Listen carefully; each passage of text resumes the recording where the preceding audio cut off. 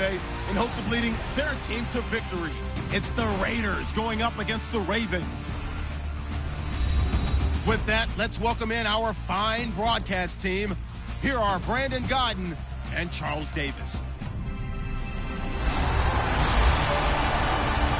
Thank you very much, Larry. While the skies may be ominous, there's never a bad day for football.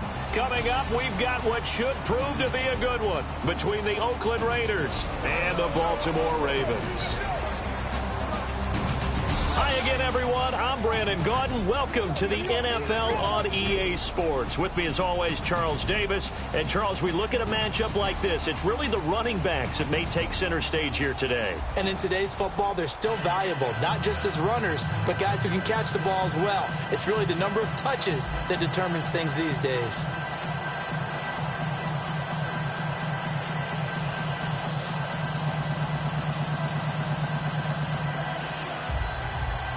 Justin Tucker set to boom this one away. And off we go from M&T Bank Stadium. Here's Taiwan Jones on the return. And he'll take this across the 25, couple extra yards up to the 27-yard line. The Raiders making their way out, and we key in on Derek Carr, the quarterback, in their Week 3 win. He was 21 of 35, 249 yards, a touchdown and a pick. So not the greatest numbers, but bottom line, they got the win on the road against Tennessee. And when we talked with him, he just kind of waved his hand at those numbers, didn't he? Because the only number he cared about was exactly what you said, the win. And look, most people thought they would win the game on the road, but that's tough to do in the NFL. So he and the Raiders gladly took that one, and now they want to add to it.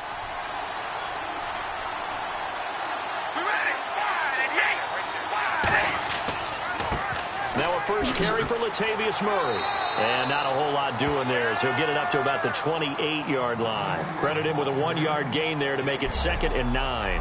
Offensive starters now. Charles, what about Latavius Murray? You know how you and I talk about players under the radar sometimes? Latavius Murray definitely qualifies as one of those players. And then you look up, and he's pressing 1,000 yards every year.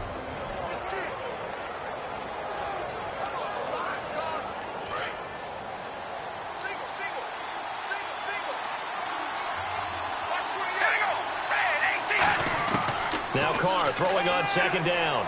He gets this one to Michael Crabtree. They get 9 out of that one, and as a result, the drive continues. In that win over Tennessee, Michael Crabtree, 8 catches, 102 yards in Week 3, partner. I think he's got to be very satisfied with how this season is going. And when you put up those kind of numbers, those sound like #1 receiver numbers. And that's what he was supposed to be coming out of Texas Tech. But I think he settled in really well being the sidekick to Amari Cooper. And that's opened up opportunities for him as well. It's a heck of a 1-2 combo. And he'll take this up over the 40 to about the 41. A gain of 3, 2nd down. And here are the Raven defensive starters. Timmy Jernigan, play him over the nose, play him a defensive tackle, bounce him out to defensive end. Wherever you want to put him, Timmy Jernigan can play.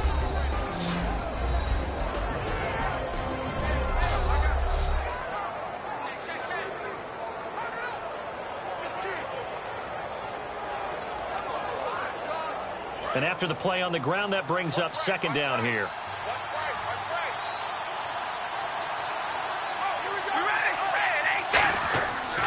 Again, it's Murray. Trying to find a lane, but instead he'll get back to the line of scrimmage and no more. Only a yard on the pickup there, and it'll bring up a 3rd down. Well, so many times we look at a short run and we praise the offense for trying to set the tempo and establish things, but the defensive guys, hey, they just won the battle there. It wasn't a big run given up. They don't always have to absorb the body blows. Sometimes they dish them out themselves. All right, here we go. Now a play fake. Carr finding time. And he'll just toss it away. So he throws it away, and that brings up 4th down. It looked like he might have had a window there, but the rhythm was just a little bit off. It certainly was, because everything that has to come together to get a pass completed, yeah, you're right. The sync just wasn't there. So on 4th down, here's Marquette King to punt it away. Back deep is Devin Hester.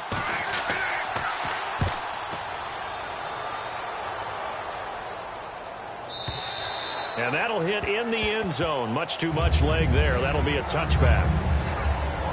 Leading the 3-0 Ravens onto the field is their quarterback, Joe Flacco, who in Week 3 to get them to 3-0 completed 21 straight passes, a Ravens record, one off tying the NFL record. And they're back playing like Ravens again, right? Isn't that their buzz phrase? And John Harbaugh, their head coach, he's put together an extraordinary record of having this team consistent. A lot of injuries last year, including Joe Flacco. He's back. Steve Smith Sr. is back, and the Ravens are flying.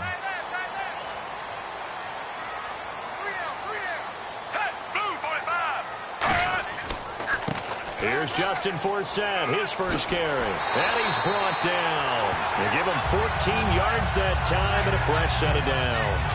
I know we always worry about when a running back is over the age of 30, but Justin Forsett didn't have a lot of carries prior to 2 seasons ago.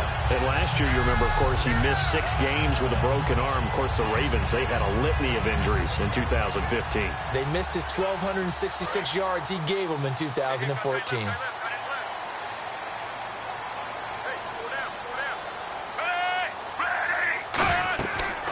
To the ground on first. Again, Forsett. And not much doing. He'll get this only up to about the 36. Give him a couple on the carry there. 2nd and 8. Time to meet the offensive starters. And time for us to introduce you. You already know him, but Justin Forsett. His face goes on the poster of those who just need an opportunity. A backup for much of his career. Once he received the chance to be a #1 runner, he's taken it and moved on fast. 8 yards to go here on 2nd down.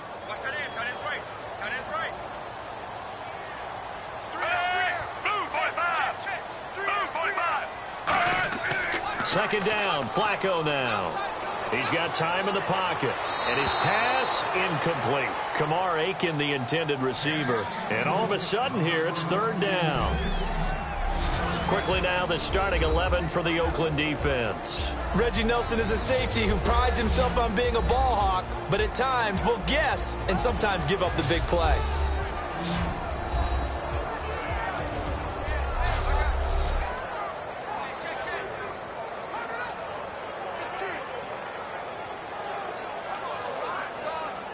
Third down here for the offense after the incomplete pass.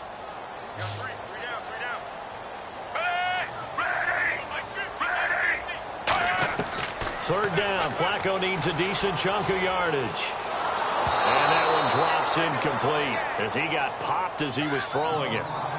Putting pressure on the guy throwing the football is always good, but when you can couple that with contact on him that leads to an incompletion, as we just saw there, that's winning football. So on 4th down, the Ravens will call on Sam Cook to punt it away. Travis Carey back deep for the Raiders.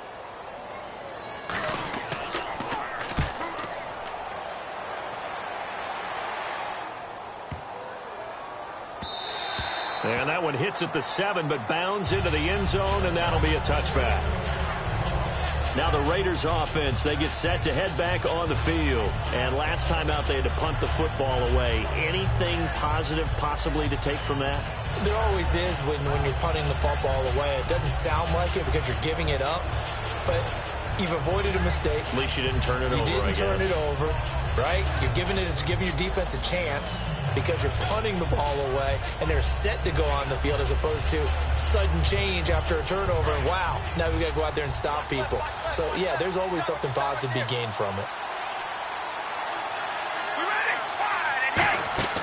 Now a play fake here on 1st down. And there is Amari Cooper, his first catch. And they'll get 19 yards there. And that'll be good for an Oakland 1st down. And a really good gain there on the post route. Partner, how do you know to go to that pass? When you're running the ball effectively and the safety likes to dive up there to try and help tackle, that's when you want to hit him over the top with the post in the area he vacates.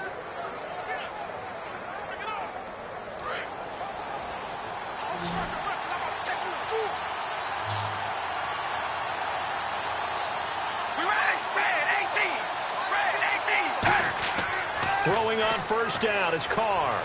And his throw here's incomplete. He was trying to get it to Seth Roberts. And it'll be 2nd and 10. It's a tried and true formula, and I don't think it'll change for as long as we play football. If someone's trying to throw the ball and you can put pressure on them and make it tough, that's only going to help your defense. Yeah, he's since being hurried. He got rid of it before taking the hit, but incomplete. That was second down run for Murray. And he takes this up right near the 45-yard line. Second down, a little more productive than first. 7 yards on the gain. It gets him to 3rd and 3 now. If you draft a guy in the 6th round and he gives you a 1,000-yard season at some point, would you say he's good value? That's good return on investment. He was the first Raiders guy to rush for 1,000 yards in 2015 since McFadden back in 2010. Latavius Murray, remember the name. So second down was a run play. Now let's see what they do on third. Carr going to try and throw on third down. They'll try and set up the screen. It's complete. And he is going to lose yardage here. He lost 2, and it brings up 4th. Well, you can see what they wanted to do. They wanted to set up the screen there, but it got blown up. It's hard to run that play if you're not getting a lot of pressure at the quarterback because the space doesn't open up. They were able to read that one and slow it down and stop it before they could get a first down. Here's Marquette King now. On for his second punt. He'd take a repeat of his first.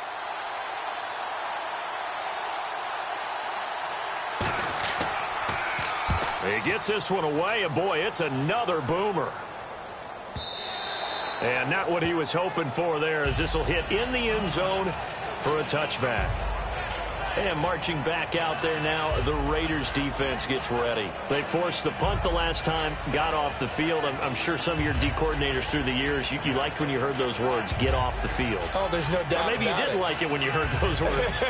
It depended on when they were yelling them. But in this situation, absolutely perfect. Get off the field, force a punt, let the offense take over and do their thing, and it resulted in a field goal. Now we'll see if they can do that again.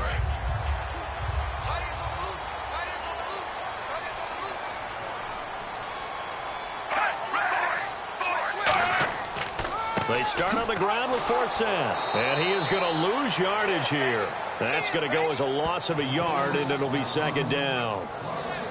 Khalil Mack's no different than any other player in the league. He's always looking for respect from his peers. I think when you make all-pro at 2 different positions, you get big respect. First guy ever to do that, by the way, and second in the league behind J.J. Watt, 23 tackles for loss last year.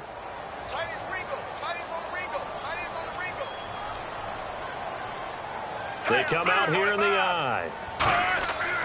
They stay on the ground. Forsett again. And he is met at the line of scrimmage, and he goes down right there. A gain of a yard gets them back where they started. Now it's 3rd and 10. Partner, we know today's NFL is really built around the guy throwing the football. But these short runs, they still pay dividends because they can take their toll on a defense, and they can add up as the game goes along. You control the clock, you control the ball, and that way you often control the game. Flacco fakes the give, sets to throw. He's got time. He's going to sling this deep downfield. And a shot taken on 3rd down, unsuccessful.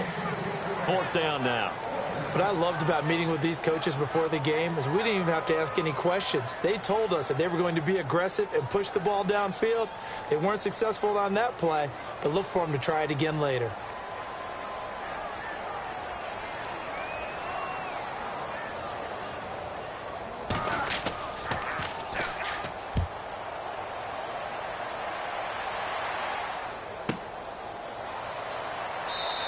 That'll be a 48-yard punt, 1 yard on the return. And the Raiders will take possession. Now the Oakland offense heading back onto the field to take over. And they'll be looking to avoid what happened last time, which is punting the football. But when you look at how teams play the game, that complementary football comes into play. How defense, how do I take care of my offense? Well, the defense is taking care of them in a lot of ways. Now it's time for the offense to jump things up and help their defense out. Give them a little bit of rest. Yeah, time for them to give them a rest. You took the words right out of my mouth.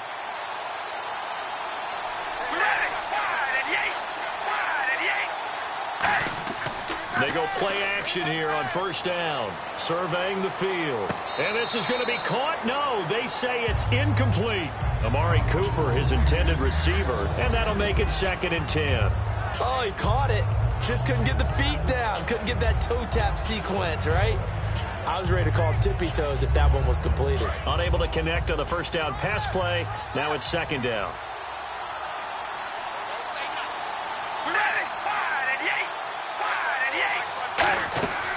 They'll run it now out of the gun. And he went backwards. He'll be down at the 30. And they'll lose a yard that time, and that's going to lead to a third down. You remember Timmy Jernigan at Florida State. His stoutness that was so impressive there, it still comes into play in the NFL, doesn't it? If you call stout 300 pounds, and I do, then yes. Used it well on that play and made a nice tackle for a loss. Will the defense dial up the pressure? Let's see. 3rd and 11.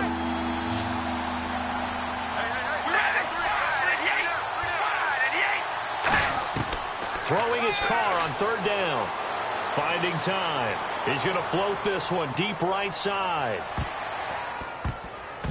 That's going to be knocked away and incomplete. I like the boldness, and I like that they took a shot downfield, but it was well covered, and he was able to get a hand in and knock it away.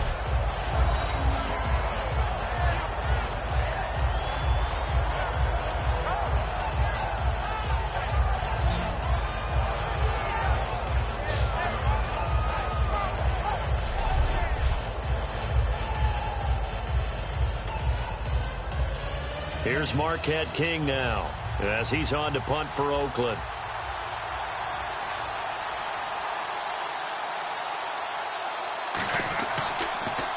And he's getting a workout here in this first quarter as he gets it away.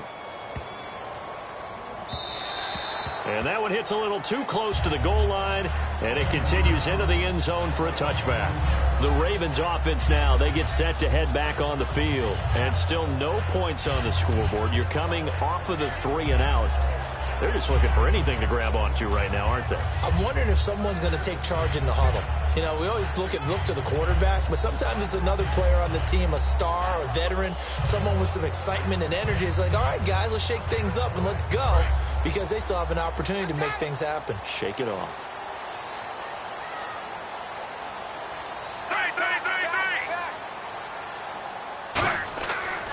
The drive begins with a run by Forsett. Stays on his feet. And he's going to lose yardage here back to the 14-yard line. That's going to go as a loss of 6, and it'll set him back for second down. This Raider defense looks so improved in Week 3. Those first 2 weeks, Charles, and we went over this pregame, they gave up more yards in the first 2 weeks of the season since at least 1940. How'd you like to be the staff member that delivered that stat to head coach Jack Del Rio? I wouldn't have delivered it. Not at all, right? Yeah. You're talking about a guy who played really well as a linebacker in the NFL, has been a successful defensive coordinator, and now as a head coach with a defensive slant. No way that looked good to him. I'll bet he put in overtime with his defensive staff to get ready for last week's game. So he loses 3 yards there. Now 3rd down. Back-to-back runs that were stacked up. Offensively, now you've got to think to yourself, do we change blocking assignments? Do we change formations? Do we change looks in order to try and get the running game going?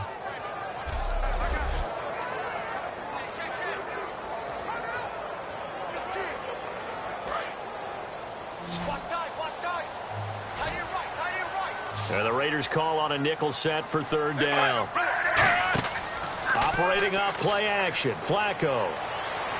And incomplete. He had nowhere to throw, so he just tossed it away. But that brings up 4th. Well, no second guessing the call here. It was 3rd and long, so throwing the football was probably the smart play to try and pick it up. But they don't get it, and now the defense goes off the field feeling pretty good about themselves, gaining some momentum as they force them into a likely punting situation.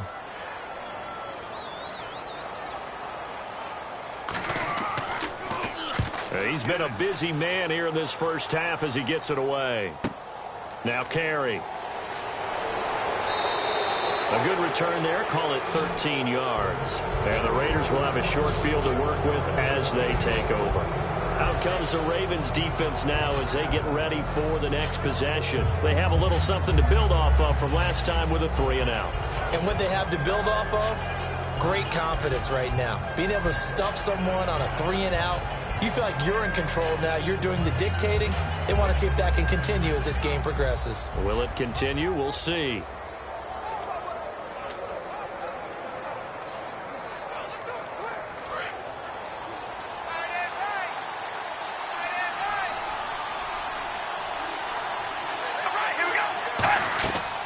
first down. Murray. And he'll get this down only to about the 46. 2 yards on the pickup there. It'll be 2nd and 8. That's a good play by the guys on the defensive side of the ball. Held them to a gain of 2. And that changes the playbook a little bit now for the guy calling plays. 2nd and 8. Now he's got to probably think about going to the air instead of maybe staying with the ground game.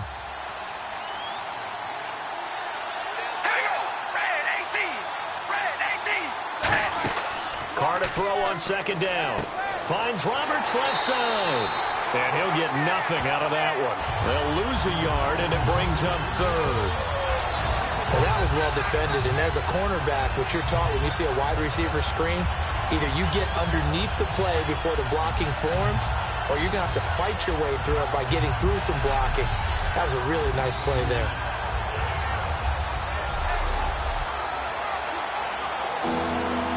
And they'll need the 39 here for a first. This is 3rd down. Now the Ravens bring out an extra defensive back here on 3rd down. Could be a blitzer. Shotgun now for Carr. He's got time in the pocket. And now the ball's out. Carr lost it. Fumble.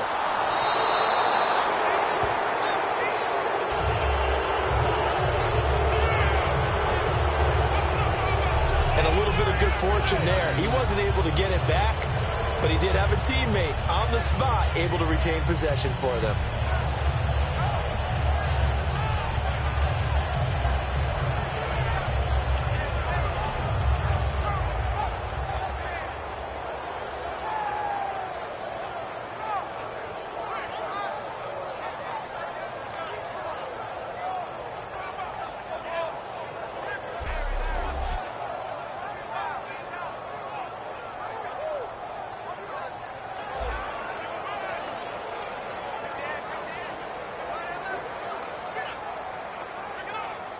Here's Marquette King now. He's been terrific so far.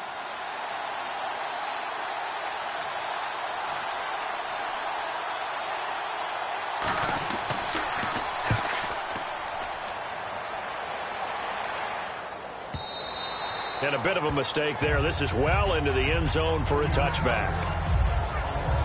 And now Baltimore gets set to take the field. And 3 and out on the last drive. No points on the scoreboard. A little soul-searching now? I would say so, and they need to help out their defense a little bit. They've had to be on the field a lot more than normal, put them in some tough spots. But what's the old adage? When you get another chance, it gives you a better chance to do it right.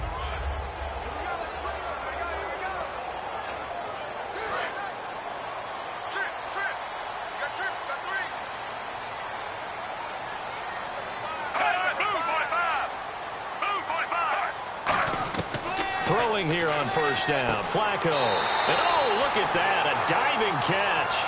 It'll go as a gain of 12. And it's good enough for a Baltimore first down. Hey, did you have one of those backyards that you had one of those, like, mats or pits like you have for high jumpers? And, you know, you had your friends throw the ball and you tried to make the spectacular catches? I didn't need a mat. you just did it with the ground? Absolutely. That explains your concrete. That explains your toughness right there, because I think that guy was raised just like you. What a catch. Now, and no escaping this time as he'll go down. They got him for a sack. The first time All-Pro in 2015, Khalil Mack in there to get him for a loss of 5. Sometimes I watch games and wonder why they use play fakes on certain passing situations, because it's not going to fool anyone. I don't know if that was the case here, but the end result was the same. No one fooled. The quarterback was hit. So the defense has put them in a tough spot. It's 2nd and long.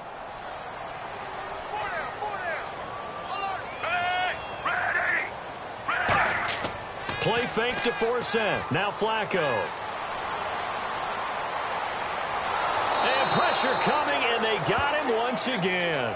Jihad Ward, the rookie out of Illinois, in there to drop him, and sacks on first and second downs are going to lead to a 3rd and long. Now that was a passer's nightmare. The front door totally shut down by the defense, so he kept going backwards, hoping to find another avenue of escape. It didn't exist.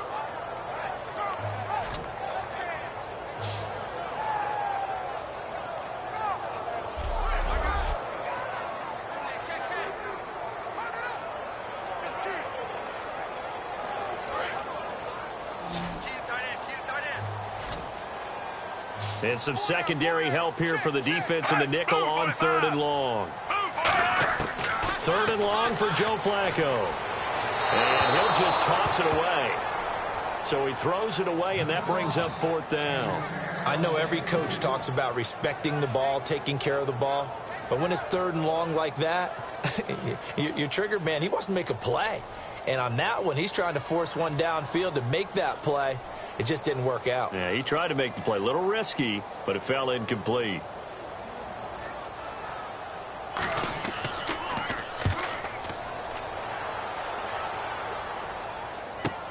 Carry on the return.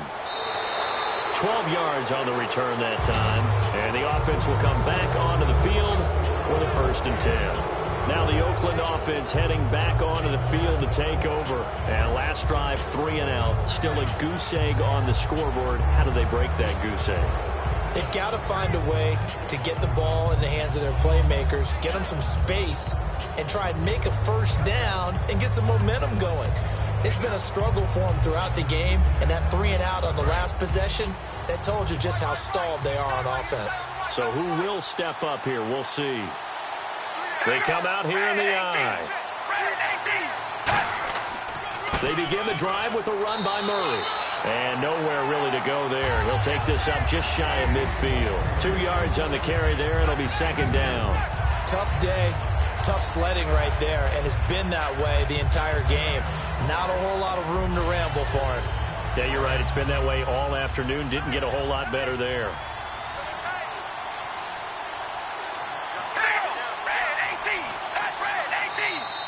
Now some movement before the snap. And we'll hear from our referee for the first time this afternoon.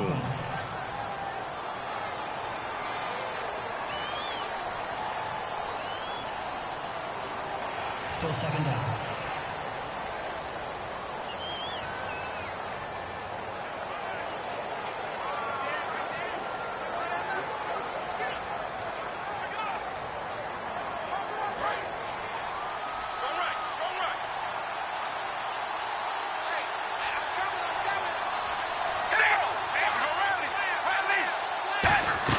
Following the penalty, it's Murray. And he is swallowed up right at the line of scrimmage. Calling no gain there, and it brings forth a 3rd and long. Well, a well-executed blitz, no doubt. Great job by the linebacker. Maybe the quarterback, if he could have seen that, could have audibled there. Yeah, he needed to be in a different play because that one just meshed perfectly for the defense. All the gaps were filled except for the one the offense really wanted to run through, and that was filled by a big man wanting to make a tackle. And he made a great tackle. Here's Carr. And he's got Cooper on the out route. That's complete. Give him 14 on the play. And it'll be 4th down. It's funny when I go back to our pregame meeting with Amari Cooper and we mentioned, what if they play man coverage against you? He almost seemed offended by it, didn't he? I'll beat it. That's basically what he said, right? I mean, the best receivers we've ever talked to and covered, when you talk about covering them with one guy, they think that's a personal affront. If they feel like if they can't just beat one defender, then they're not very good. And the coach has decided to throw the red flag. He will challenge this play.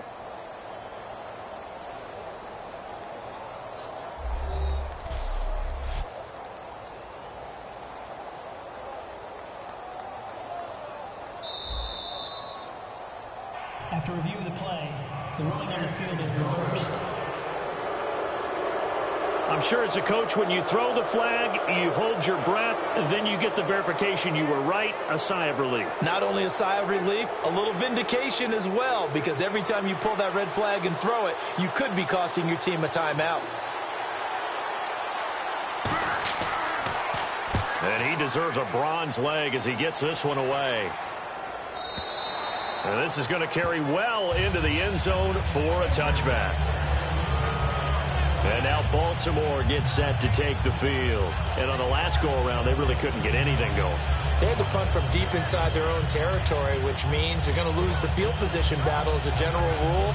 What they're looking for now is a little more consistency, move the ball at least a few times on offense, get a couple of first downs, and hopefully flip the field. Yeah, just something to build off of. That's what they're looking for here. Looking to jam the receivers at the line here. Press coverage look defensively. On On first down, this is Forsett. And he's going to be unable to get upfield as they take him down at the 21-yard line. He's brought down that time by a couple of Raiders. A 1-yard gain can look like a disaster, but it all depends on how the game is going. Is it a series of 1-yard gains running the ball? If that's the case, you might have to start thinking about throwing it a little bit more. But if it's just the occasional 1-yard run, hey, congratulations to the defense. They won that one. Come back and get them the next time. Again, they run. Again, it's Forsett. And he is going to lose yardage here. It'll be a loss of 1, and it'll be 3rd and 10. As a guy carrying the ball, your eyes are going to direct your feet, and you're hoping they carry you to the open spaces. But it's awfully difficult at times because you have so many things you have to look out for. Where's the line blocking? Where's the traffic coming from? Tough to find open spots. Try to get one more in here before the quarter breaks. So not much to speak of scoring-wise in this first quarter of play. It's a tight game here early. We're back to Baltimore after this. This presentation of the NFL on EA Sports is brought to you by Snickers. You're off your game when you're hungry. Snickers satisfies. Second quarter now. Brandon Gaudin, Charles Davis with you. It's the Ravens who have the football. They've got it 3rd and 10 here to start things out.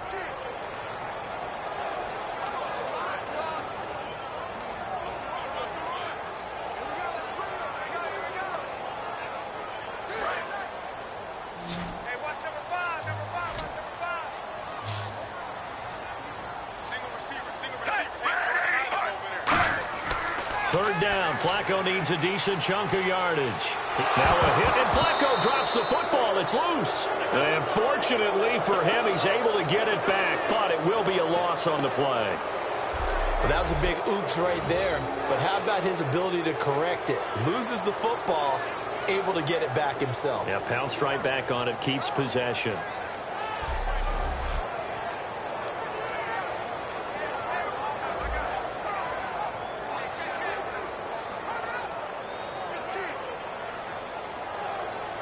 Here's Sam Cook now as the drive goes backwards, so he's on to punt it away.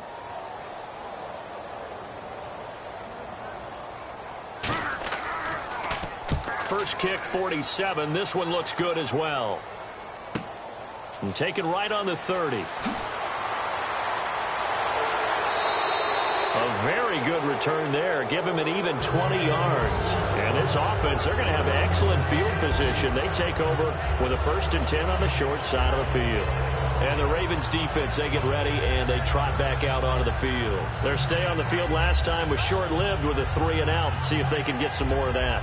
And ordinarily, you want to be on the field playing, right? But 3 and outs, that's almost gold to a defense. Get to the bench, get some rest, turn the ball over to your offense. We'll see what they can do here, see if they can force another 3 and out.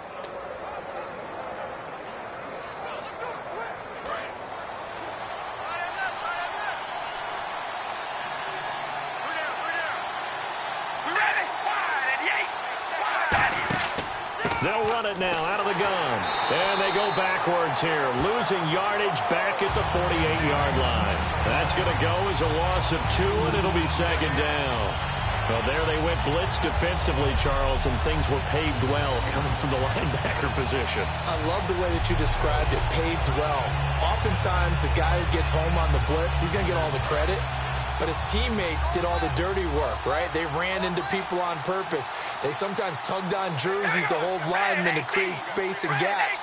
And that play finished off really, really well. Well conceived, well designed, and even better executed. They'll wind up losing 3. And now it's 3rd down. But there's another example of why they haven't scored any points so far. I think it's time to abandon the run game, spread things out, and go to the air. It certainly can't be any worse than what they've done so far. A long way to go for the offense here on 3rd down.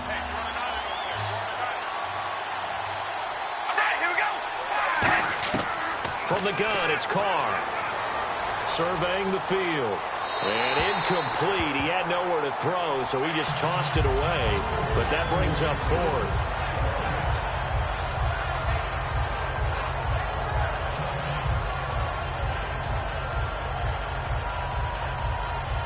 Here's Marquette King now as they're forced to kick for the 6th time today.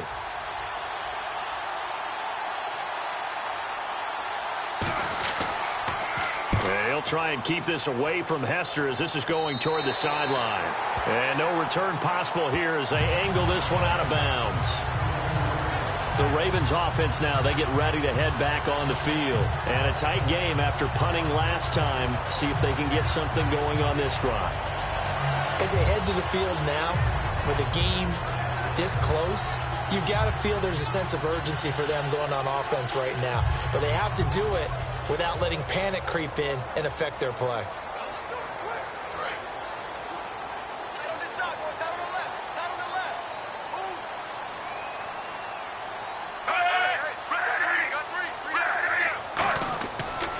Flacco gives to Forsett.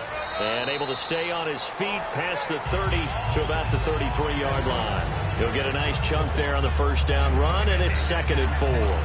First play of the drive, let's give credit all around. Excellent blocking, but the guy carrying the ball, he was the finisher. A really nice run. So the offense readies for a 2nd and 4. They come up in an offset eye.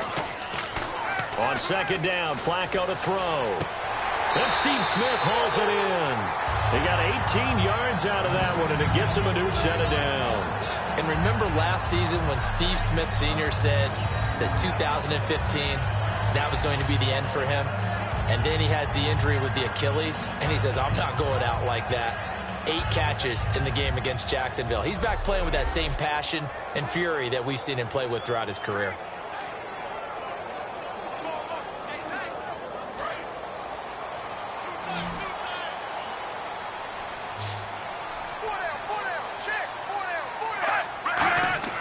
First and 10, and Flacco looking to throw.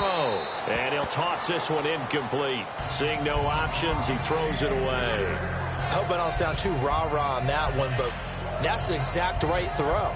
Either your receiver gets it or no one gets it. Give him a lot of credit for being really precise with it. Got rid of it. No one got it. So incomplete on first. Let's see what 2nd down has in store.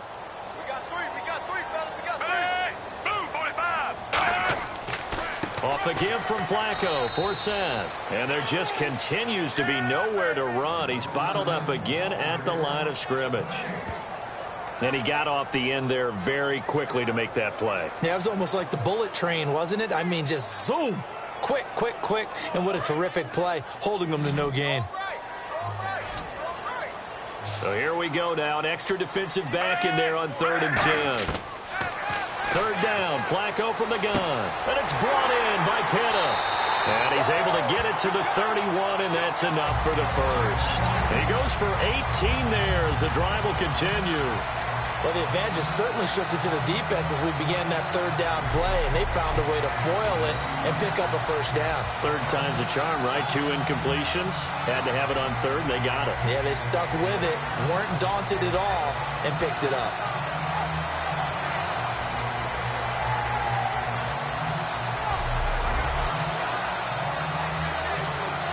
Offense comes to the line now, 1st and 10.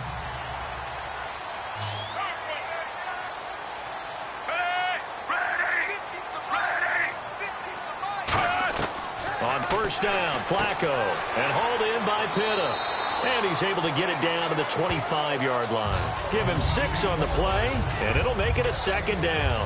And that's one of his advantages of a passer, is not with his height, setting back there in the pocket, firing it over the middle. He can really see everything clearly. It is, and I know that other quarterbacks get it done different ways, all right? You don't have to be his height to make a great play. But what he does is he takes away having to make those slide steps in the pocket to find angles to throw the ball through. He just throws right over the top of it because he can see everything, and sometimes that saves time and gets the ball to a receiver quicker. And he'll avoid the tackle there with a slide. A nice pickup there of 11 yards, and it'll move the sticks.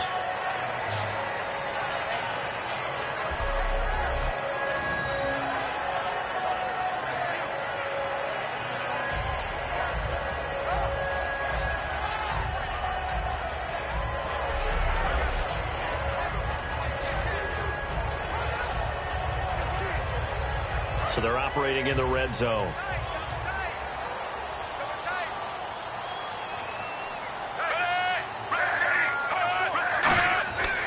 Another run, this time, though, for Seth. And he'll be taken down here at about the 11. 3 yards on the pickup there, and it'll be second down.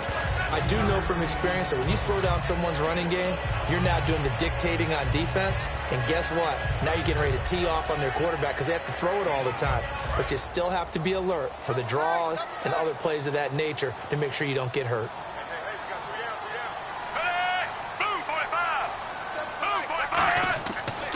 On second down for Seth. And his rough afternoon continues. He's going nowhere again. They'll lose a yard that time, and that's going to lead to a third down. Partner, we're into the second quarter, and I guess you can kind of look at it both ways. The offense, they've got to figure out what they're going to do because they haven't scored any points. But if you're the defense, you're feeling great about what you've got going on. The only concern you have, if you get to the half, what adjustments will the offense make to try to defeat you? An 8-play drive to this point. So here's play number 9 on 3rd and 7. So 3rd and 7 and an extra defensive back on the field here. Definitely want. And he'll take it into the end zone for a Ravens touchdown. Max Williams, an 11-yard touchdown. And the Ravens have taken the lead. Boy, it's nice to have that big, reliable target you can go to. Each and every time. A lot of people see that position as a fallback. Throw it to them when all else fails. Not at all. This guy can make plays, and that's exactly what he just did. Yeah, play here for a touchdown. Justin Tucker for the extra point.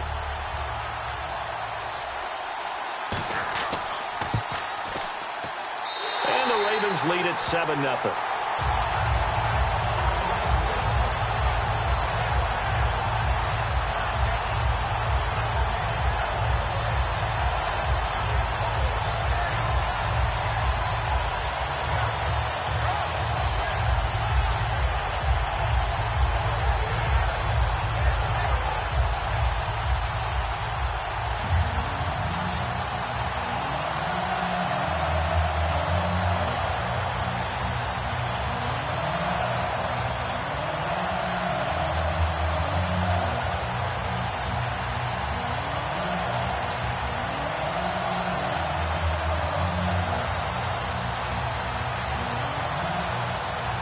Tucker now to kick it away following the touchdown.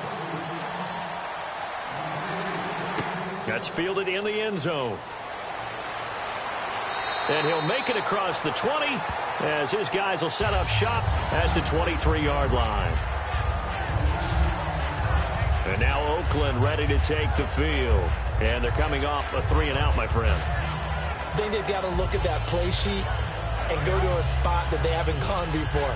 Time to shake things up a little bit to try and get this offense moving. Okay, so how do you do that? How do you shake things up? You look at what you've called before, realize it hasn't worked Go to so something well, else. and maybe you try and find one of those special plays from one of your better players, and maybe try and hit something big and get things going in the excitement area.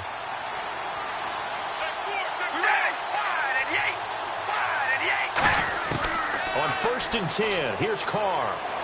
Throw left side to the tight end Walford. And they'll take him down at the 31-yard line. It's an 8-yard pickup, and that'll make it second down.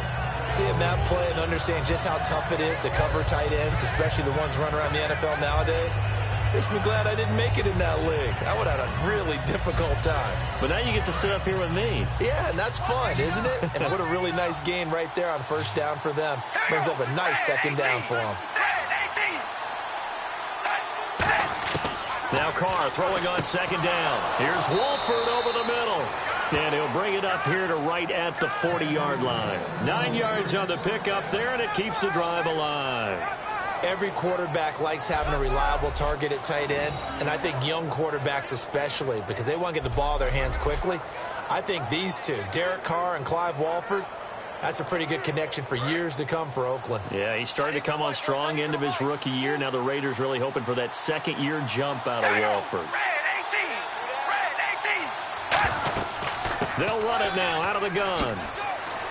And they get him down right near the midfield stripe. 9 yards is the pickup there, and they'll have a 2nd and 1. Some runs are blocked so well, you almost forget that someone has to carry the ball to gain the yardage. The leverage by the offensive line to create space up front, really well done. See if they stay on the ground for second down.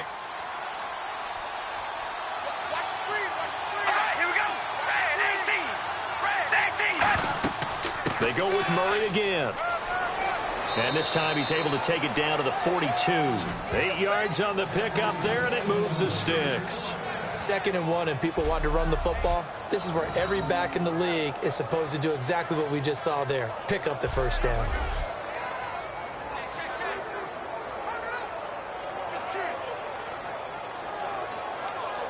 So the run moves the chains, and here we go on first down.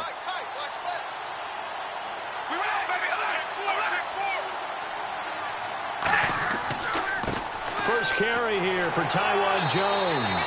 Just a yard on the pickup there, and it'll bring up a 2nd and 9. Now that's the type of play that'll fire up a defense. Hold them to 1 yard on a first down run. It'll be interesting to see if the offense decides to press the run at all, or if they'll abandon it now after gaining only 1 on that play.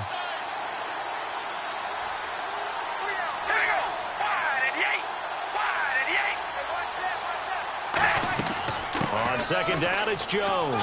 Whoosh. And he's going to get this inside the 30. A good gain of 14 there, and it moves the chains. And that run was what a lot of people call an explosive run. Gave them good yardage, solid yardage. They feel good about the whole thing, and they did it behind a 2 tight end set. It's always interesting to watch what offenses want to do with the 2 tight ends. Sometimes they line them up together for a power set. Sometimes they put one on each side of the line of scrimmage to balance things out. No matter what, though, when you see 2 tight ends on the field, your first thought is to think run. In this case, the offense was able to run successfully. Now Carr. And they will not get the connection there. It's incomplete. I had a coach tell me a long time ago that running a screen pass is similar to acting 101 for your offense, because you got to show something different and create extra space for linemen to chase the quarterback in order to create extra room for the receiver to catch the football and maneuver upfield.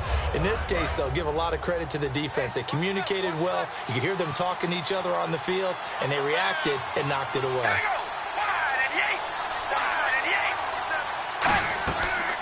They'll run it now out of the gun. Down to the 25. Call it about a gain of 3, and they'll be looking at a 3rd and 7 coming up. We always like to talk about defense in terms of levels. First level defensive line, second level linebackers, third level defensive backs.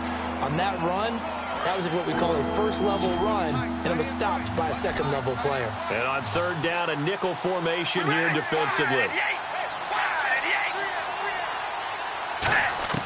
Throwing his car on 3rd down. Looking for the end zone. And he'll just toss it away.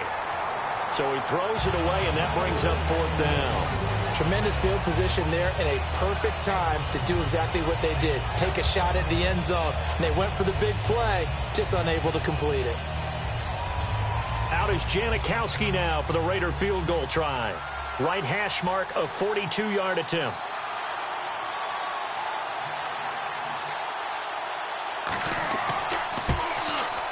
And Janikowski bangs it through.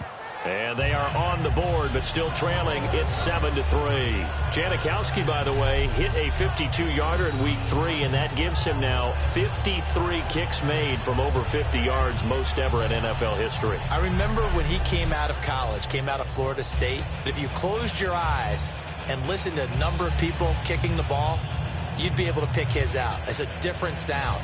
The incredible thump to it.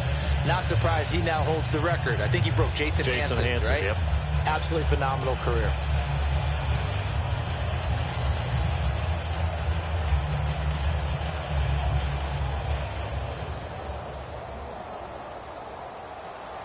Now after the made field goal, here's Sebastian Janikowski to kick it away. This is taken at his 4. And he'll get across the 20 before he's brought down at about the 23-yard line. Here comes the Raven offense now, ready for another possession. And that last drive, a long drive, but not just that. They had a great air attack going. Do they stick with that? I would think that they would, because if they were competent enough to do it on the last drive, starting backed up in their own territory, why would you change anything? They've got to be confident about what they're presenting and continue to do so. Yeah, because the secondary, they really look clueless. And that was amazing because that drive went and went, no adjustments and no big plays by the defense to knock the ball away. Now a run with Forsett. And he'll wind up losing yardage here back at the 21-yard line. It's a loss of a yard there, and now second down. The evaluation process in today's NFL does not take into account as much bulk as it does speed, and that's what we're seeing with the linebacker position. Those guys that can run, they can play at any spot because they can make plays on the opposite side of the line of scrimmage.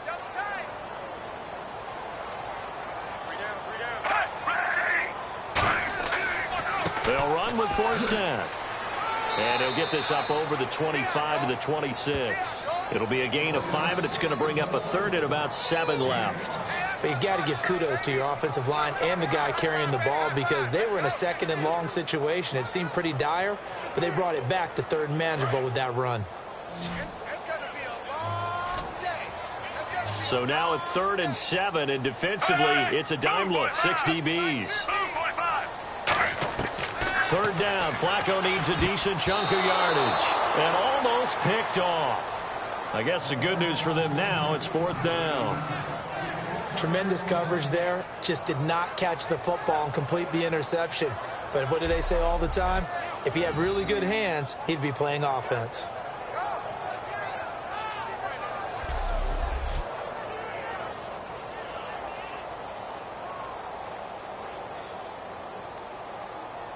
Here's Sam Cook now, as he's on to punt for Baltimore.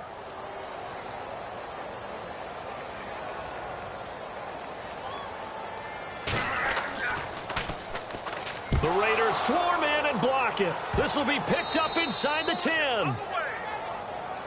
Well, if you were ever wondering, should I believe my special teams coach about, these plays are valuable? Think no more. Huge play, big block, and now they've set up their offense inside the 10-yard line. A chance to score. Here's the Ravens defense as they head out to set up shop. A field goal last time is what they gave up in a close game. All these drives start to feel so critical.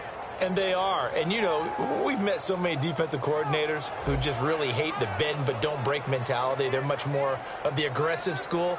But that mentality has won a lot of games. If you're only giving up field goals on drives, that usually keeps you in it and gives your offense a chance to retaliate. Yeah, and right now it's got them with the lead. And now inside the red zone, the offense will operate. First and goal from the 8. They'll run the option left, and they'll lose yardage here. They go backwards to the 13-yard line. So a loss of 5, and it'll be second down. To me, that's a superior play by the backer because he was allowed to, I think, run free on it and make that play. His defensive linemen, they covered things down for him because offensive guys, the linemen, what they're trying to do, as you know, is block the guy at the point of attack and then climb to the next level and get the linebacker. And you're not allowed to climb. You got a free hitter, and that's what we saw there. And a really nice play resulted for them. That's going to be caught at the 10-yard line. It'll be a gain of 4, and that'll make it 3rd and goal. Got to give credit where it's due. Really nice defense on that play. The pitch and catch was successful, but not any run after it. Boy, you'd hate to squander this great field position. Here's 3rd and goal. 2 minutes to go here in the first half. We're back to Baltimore after this.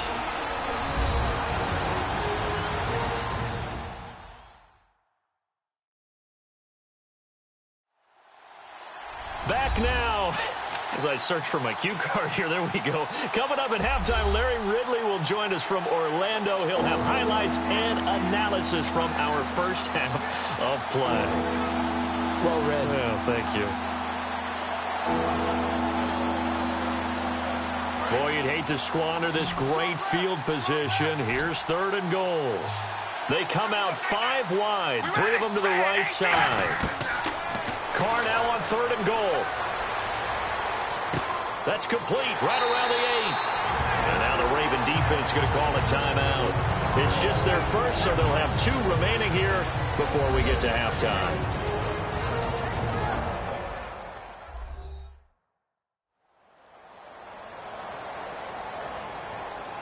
And now following that timeout, the defense back out onto the field.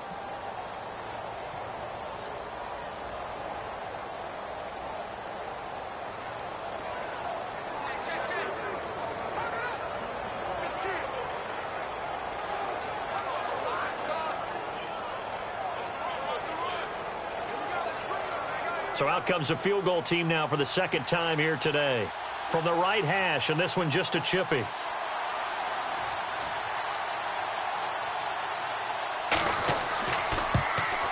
And Janikowski bangs it through, and they'll get it back within a point at 7-6. So give them 3 there. A good drive gets them inside the 5, but they couldn't punch it in. And credit this defense, too. That was the old bend but don't break approach, but it kept the offense out of the end zone.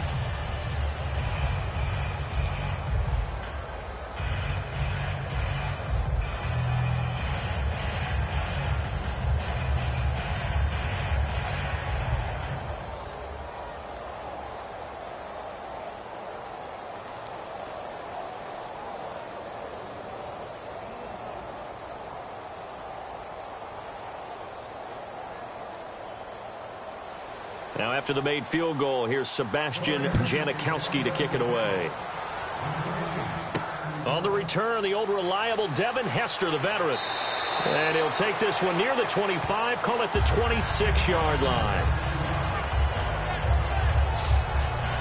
And now Baltimore gets set to take the field. They're out in front. Last time they had to punt it away. We'll see if they can add to their lead now. They don't want to go out and punt it away again. This team now wants to get a cushion, put people away. They want to run their offense and have it end up in the end zone.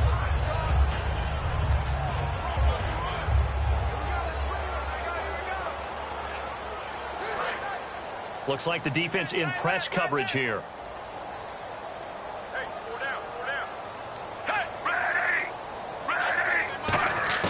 First and 10 here for Flacco.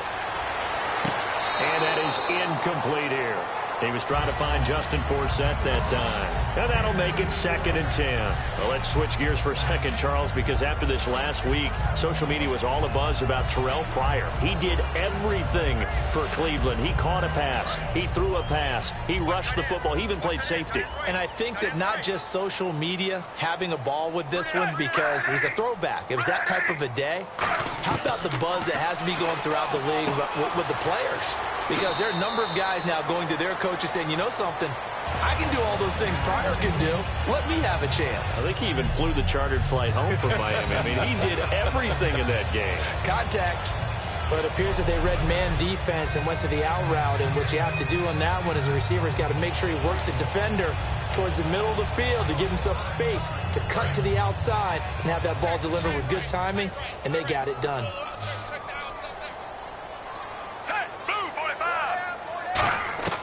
They look to throw on 1st and 10 with Flacco. And he just gets rid of it. Throws it away. The wise move there. Looked like nobody open. Now 2nd down. All right, no analysis needed on that, but I've got to ask you about something else. Teams who have started out 0-3 so far, I think out of them, Jacksonville's the one I would still keep an eye on. That talent level, the ability to strike on offense with Bortles and those great receivers, I don't think they're totally out of it just yet in the AFC South. Just what I was going to say. You know, we're talking about the AFC South. Nobody looks dominant there right now. So even at 0-3, I think they still have a chance. Yeah, after what happened to Houston and New England, I think everyone looks at them as not maybe being vulnerable, but also maybe not a team that's going to run away from them in the division. Although only 5 0-3 teams have made the playoffs. We'll see if they can change that and make it 6. Defense thinking pass. They've got the nickel set out on 3rd and 6. 3rd down. Flacco from the gun. And he'll be hit from behind and taken down. Dan Williams in there to drop him for a 6-yard loss, and that'll lead to a 4th down.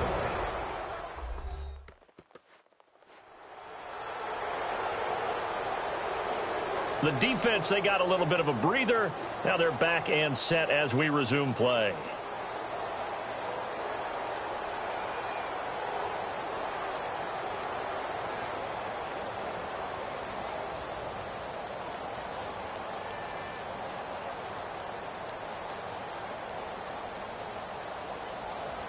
Here's Sam Cook now. Remember, though, he did have one blocked earlier.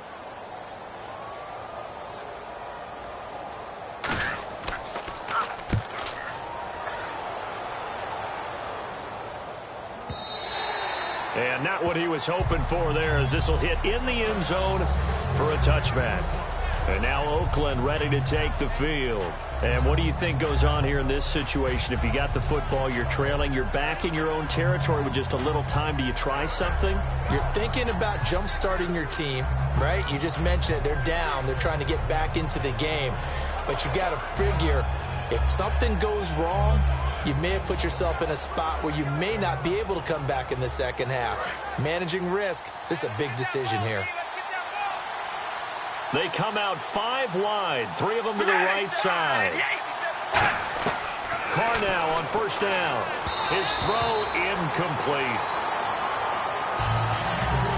While we have the chance, we have to discuss what young quarterbacks have done so far this season. Listen to this. Wentz, Simeon, Prescott, Garoppolo, Brissett, and Kessler combined 11-2 with a 15-3 touchdown-to-interception ratio. That's impressive. I thought everyone keeps saying that playing quarterback is really tough to do in the NFL. Those guys are proving them wrong. Well, I think that what they're doing is they're taking advantage of their skill set, emphasizing what they do best, minimizing things for them, right, to avoid errors. But some of them continue to elevate their game, and Trevor Siemian comes to mind. How about his last performance? 4 touchdown passes, no interceptions. If you're running out route, it's likely you're going to end up near the sideline. And what did we just see there? Toe tap. You got it. The benefits of practice. Toe tapping, foot dragging, picking it up, and making sure it was a catch.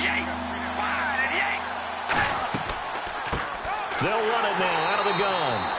And now the Ravens are going to take another timeout. So that means they're down to 1 remaining here as we head toward halftime.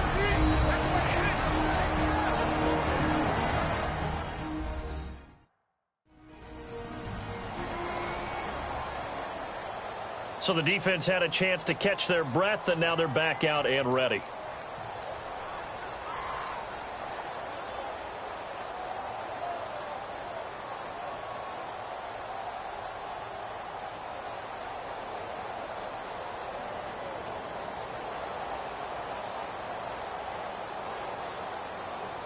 Here's Marquette King now as he's on to punt for Oakland.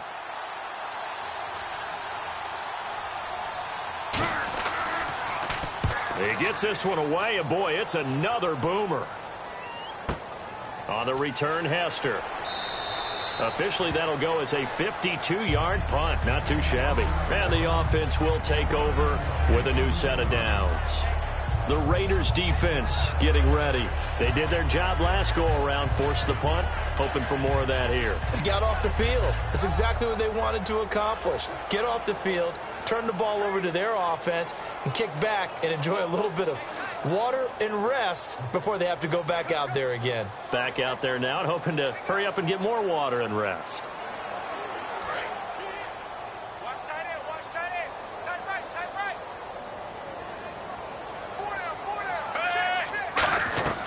They go play action here on first down. He's got time in the pocket. Still back there. Under pressure, and Flacco's going to be dropped. Dan Williams in there to get him his 2nd sack now of the afternoon. And we say it all the time, have to be able to get rid of the ball sooner than that. You have to help your offensive line out. They're going to protect you as best they can. And if you're getting 3 to 5 seconds to throw the ball, they're doing a really nice job. But when you hold it and give up a sack, you're really almost discrediting their work.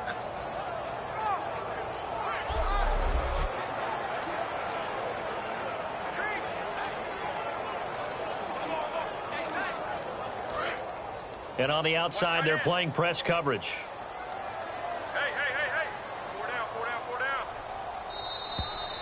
So a very tight first half. We had to break in a 1-point game as we send you down to our EA Sports Studios in Orlando, where we find our man Larry Ridley with our halftime report. Thanks, Brandon, and welcome to our EA Halftime Report. I'm Larry Ridley. Both the Ravens and the Raiders are having some issues finding a way into the end zone. They'll both look to improve their play on offense and pick up some touchdowns in the second half. All right, let's get straight to it. Here's some highlights from the first half. We go now late in the first. They're going to come away with another sack. This will go as a loss of 10. Third down from the 20. Max got the sack here. This one ends up as a loss of 6.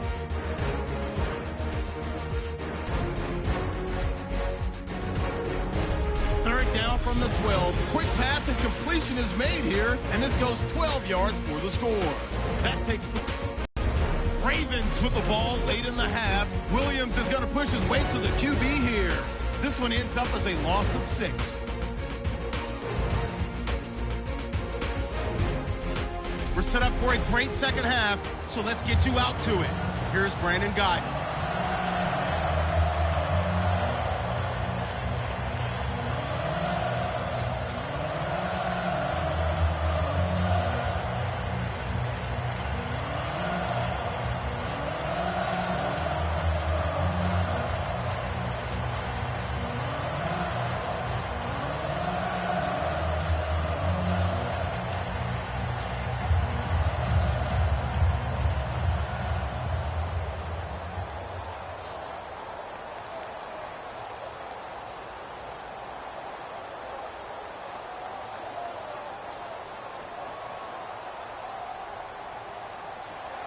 So both teams have their marching orders, and we'll get going again here in quarter number 3. Returnable here for Hester. And a good effort on the return there. Gets him across the 30 to the 33-yard line. Out come the Ravens now. They'll go on offense first here in this third quarter. They have the lead. Now they'll be looking to extend that lead. And this is where I enjoy talking about one of my favorite subjects, tendency breakers, or counters as I also like to call them. You've done things in a certain way in the first half, and they've had an ability to see what you've done. They're going to make their adjustments. So guess what? You adjust yourself and try and stay ahead of the pace because you are looking for some separation in this ball game. The adjustment to the adjustment. Without a doubt. Show them one thing, hit them with something else. Throwing here on first down. Flacco. He's got time. And his throw's going to be incomplete. He was trying to get it to Steve Smith that time. And it'll be 2nd and 10. You know, in week 3, there were a lot of great plays, diving catches, but certainly the smartest play came from a Stanford man, Ty Montgomery, in the game that you called up at Lambeau. Of course it'd be a Stanford guy, right? Kickoff return, it bounced in the end zone and then back into the field of play, and he knew he was in trouble right there. So he goes to the sideline, puts his feet out of bounds, and possesses the football because he knew at that point that would mean the kickoff was technically out of bounds, and the ball would come out to the 40-yard line for his offense. Very heady play. A pretty good coverage there, and both of these defenses, they've had good coverage throughout this one. No doubt about it, and in today's NFL, where we're used to a bit more scoring, this feels almost like a well-pitched game in baseball on both sides where the tension continues to build. Who's going to make the big play? Flacco looks to throw, and this time he's got the hook up. It's complete. It's a gain of 11 yards that time, and it produces a new set of downs.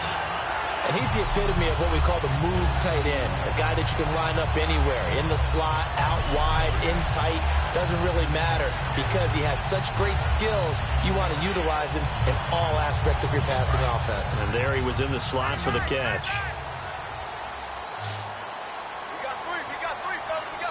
They come up in an offset eye. On first down, Flacco. And Aiken with it over the middle. And he'll get it out to midfield. Looks like, yeah, they'll spot it right at midfield at the 50. Well, clearly one of his advantages as a passer is his height. Sit back in the pocket, fired over the middle. That makes things tougher defensively, doesn't it? It really does, because your goal is to move the quarterback off his initial spot when he gets his drop back completed. But when you have that type of height, he can stay in there if he's willing to take the hits and just fire over the top, which saves him time and actually completes a play a little bit quicker than it normally does for a quarterback who has to slide and find open space to throw. And he'll get it down here to the 43. It goes as a gain of 8 that moves the chains. So many teams want to throw the ball in this situation nowadays, but I love watching a team that has enough confidence to go ahead and run the football. In that situation, that's almost a tendency breaker.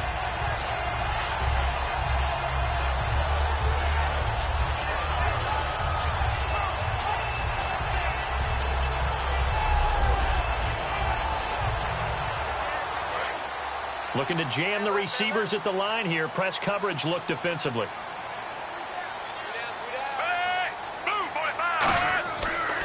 They'll give it to Forsett.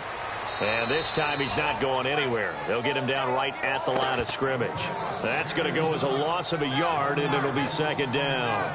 Partner, I think the easy thing now would be to just abandon the run and start throwing the football at all costs. But I've been in so many games where it doesn't work running the ball. It doesn't work running the ball. And then something pops, and now you get something going. I'm not so sure to just abandon your game plan this early in the second half.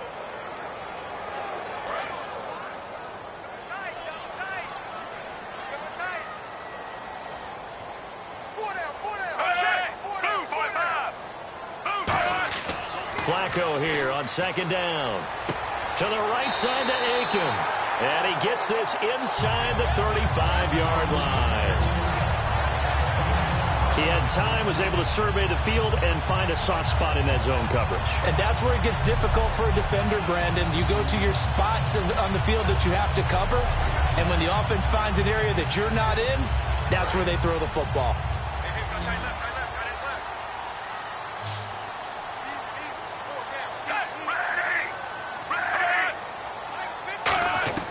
First and 10 here for Flacco. And a quick throw here, that's complete. And he'll be a little shy of the 25 here at the 26-yard line. Rashad Perryman is just gifted athletically, and I know we got a scare back in, what was it, June? We thought maybe a second knee injury, might miss a second year, but he came back, and he came back strong. He played with his dad, didn't you? Yeah, I played against his dad in college, and he turned out to be a heck of an NFL player. But Rashad, he's got a chance to really be special.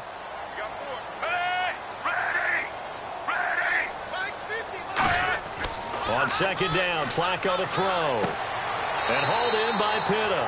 It'll be a 3-yard gain, and that'll make it 3rd and 1.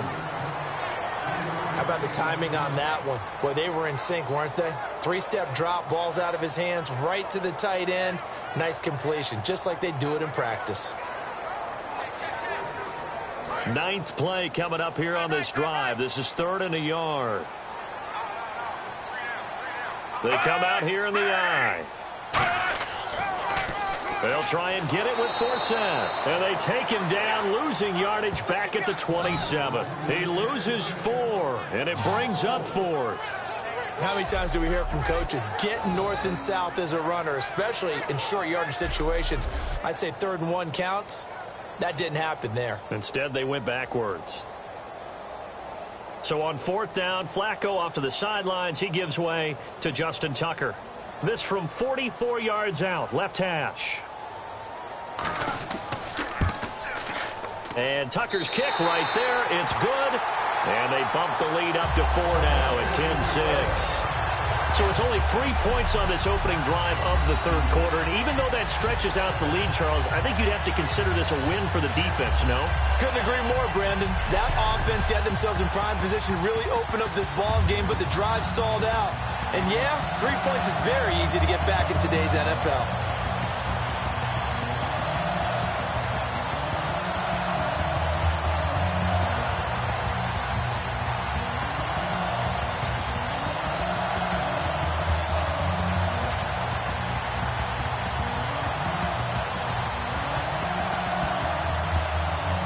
Tucker now following the made field goal, set to kick it away.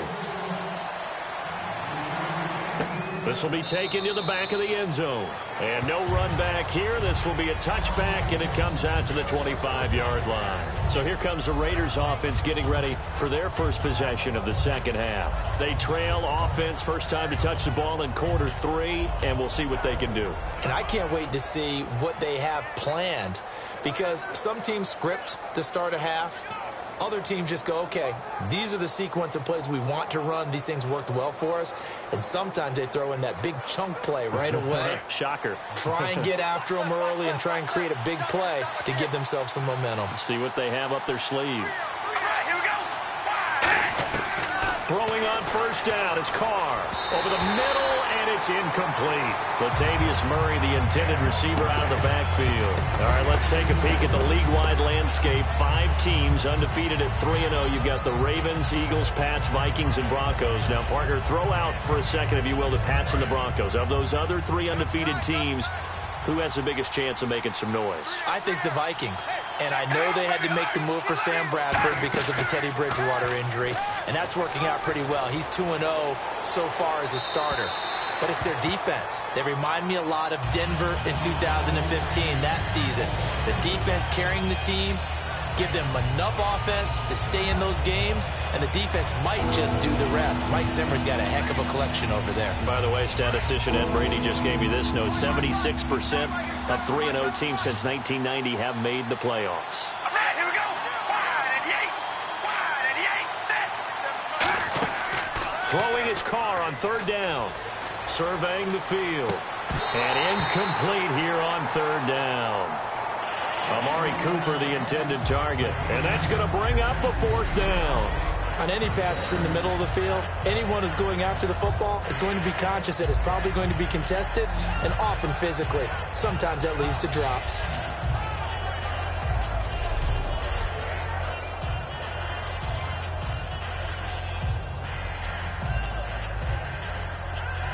Here's Marquette King now, as he's on to punt for Oakland.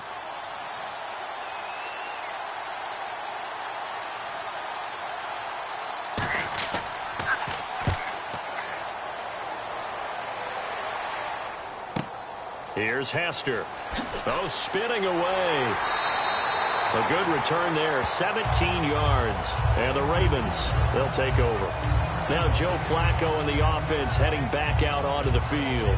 And the passing game, I mean, look at the numbers. It's fallen off. When a team is struggling, sometimes you look at the quarterback. When the quarterback starts to struggle, who goes over and picks him up? Yeah, that's always a big one, isn't it? Usually, there's a quarterback whisperer somewhere. And what I mean by that is, whether it's an assistant coach, whether it's one of his best friends on the team, someone that can get in his ear, get with him and say, all right, my man, what do you need? What's going on here? So he's one person he can lean on. He's going to have to lean on that guy right now. And able to find Aiken complete. Call it a 3-yard gain, and it'll be second down.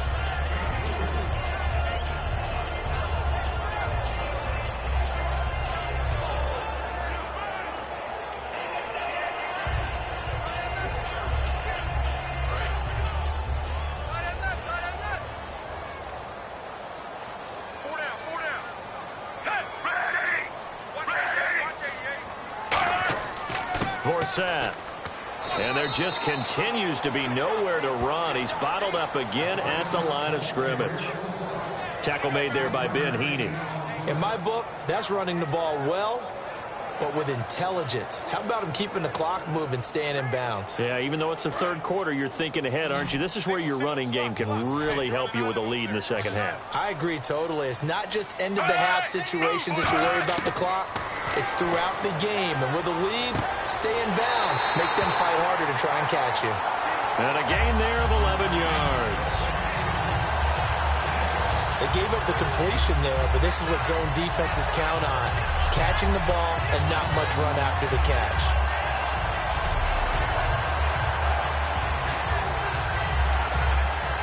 Fresh set of downs here.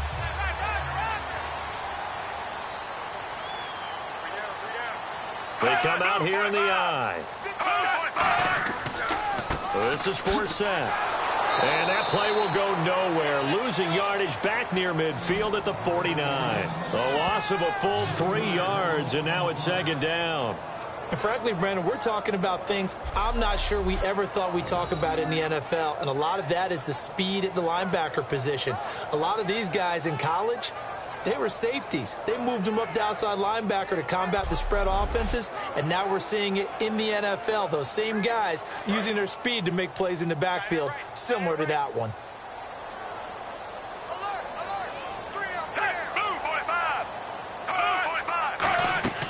Second down, Flacco now. This one brought in by Aiken. And he's brought down. That one goes for 13 yards, and it moves the sticks. That was a nicely run slant route, and what the receiver's trying to do is make the defender think he's going upfield for a deeper route, and then breaks it off, usually after about 3 to 4 steps, and cuts towards the middle of the field. And now what he's trying to do is use his body to keep the defender away from the football and give the quarterback a really nice target. First down and 10 now for the offensive group.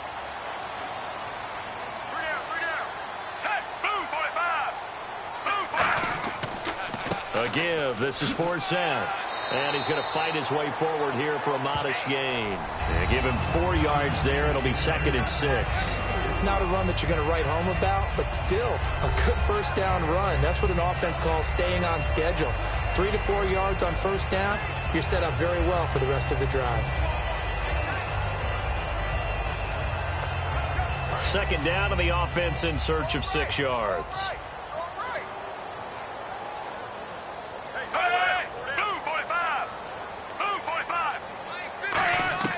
Play fake to 4 cents. Now Flacco. Incomplete. Mike Wallace, the intended receiver. And it'll be 3rd down.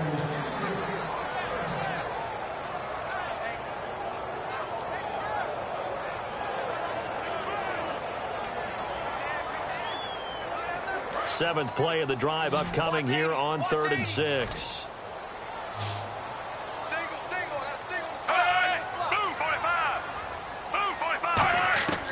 Third down. Flacco needs a decent chunk of yardage. Got a man, and he hits him in stride. For 15 yards there on the catch and run.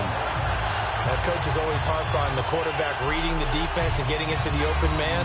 That's good recognition there. And how about what he did after the catch? Yeah, hit your tight end, let him get some rack. Yeah, when he gets moving, not many guys want to come over and put a hit on him, do they? So here we go, 1st and 10 now.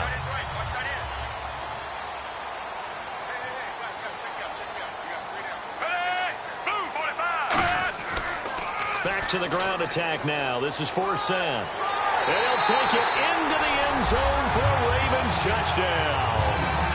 Justin Forsett, a 16-yard touchdown run. And the Ravens will add on to their lead. Well, they ran the toss, trusting he had the speed to get to the edge, and he did. And there really wasn't any doubt about that, because the scouting report told you this guy could flat out run. When you give him a little bit of space and a chance to get there, he usually does. Tucker now to add the point after.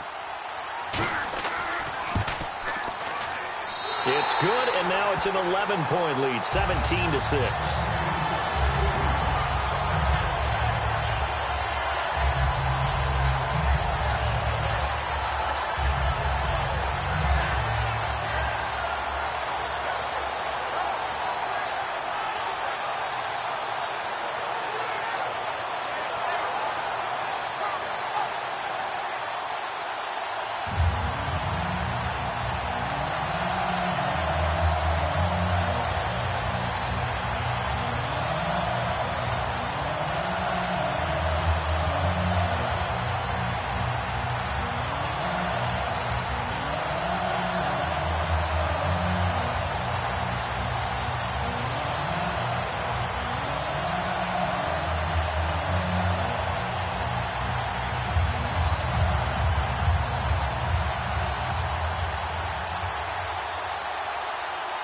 Tucker now to kick it away following the touchdown.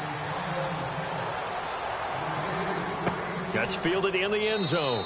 And no run back here. This will be a touchback, and it comes out to the 25-yard line. And now Oakland ready to take the field.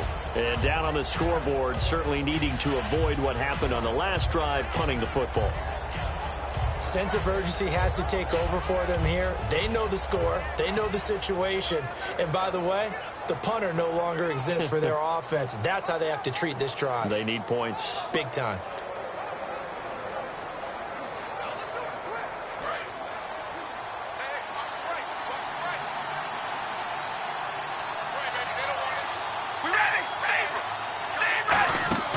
Carr now on first down. Wide open receiver complete. That all the way in. Touchdown, Oakland. Seth Roberts, 75 yards. And the Raiders have cut it back to within a score. And that time, he came out of the slot for that big play downfield for the score. I think what we just saw there, partner, was what we call scheming a guy open. Put him in the slot, know that he has tremendous speed. What you're doing with your other receivers is likely running shorter routes to draw the attention closer to the line of scrimmage, to give him a chance to get downfield and turn it into a one-on-one route, often against the safety. You like your odds when he's running against the safety. His speed usually wins, and it did on that play.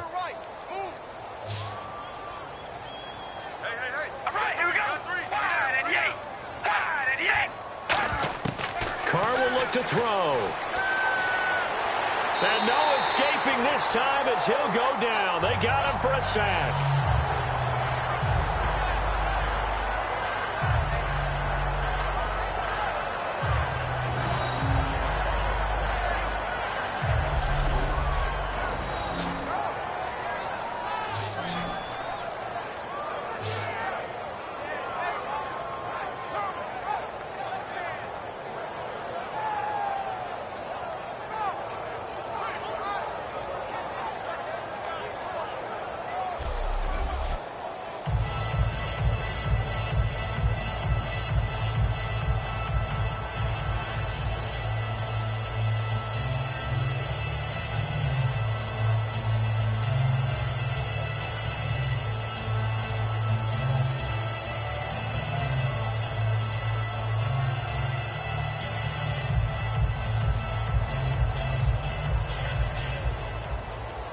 Now Janikowski following the score. He'll boot this one away.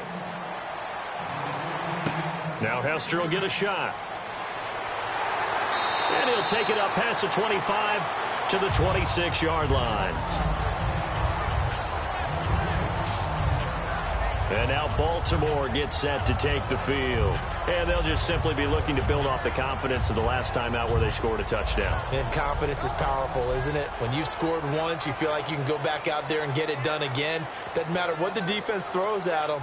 They feel like they're in a groove right now, and they want to get out there and show it. Yeah, hoping to stay in that groove here this go-around.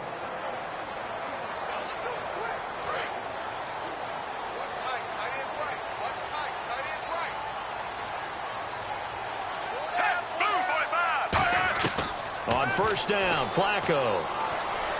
Toward the center of the field, but it's incomplete. Well, partner, in the spirit of debate season, let's go with this topic. Okay. A team so far that hasn't done very well that you still like a lot. Arizona. That's who I would propose that we talk about. Is that okay? Is that you good go, for the topic? You go. I'll finish with mine. You okay, go. I'm going to say Arizona. 1-2 start, but 3 of their next 4 games are within the division before they finish off the month of October at Carolina, the defending NFC champions, the team that they lost to for the right to go to the Super Bowl. This is going to be a big month coming up for them. And New York, well, the Giants are 2-1, so not a bad start. They did play bad in Week 3, but they have a pretty favorable schedule that lines up the rest of the way. I think that's okay. I'm not sure we actually debated it or if we just discussed it. Look at us, reaching across party line. Shake my hand. There you David. go. That's called reaching across the aisle. Looks like the defense in press coverage here.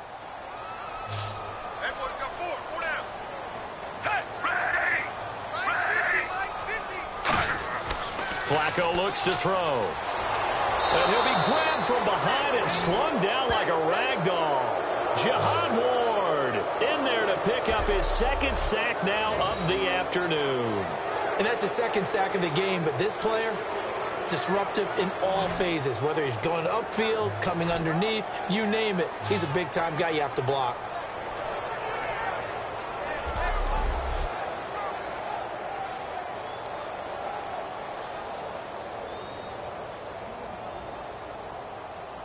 Here's Sam Cook now as he's on to punt for Baltimore.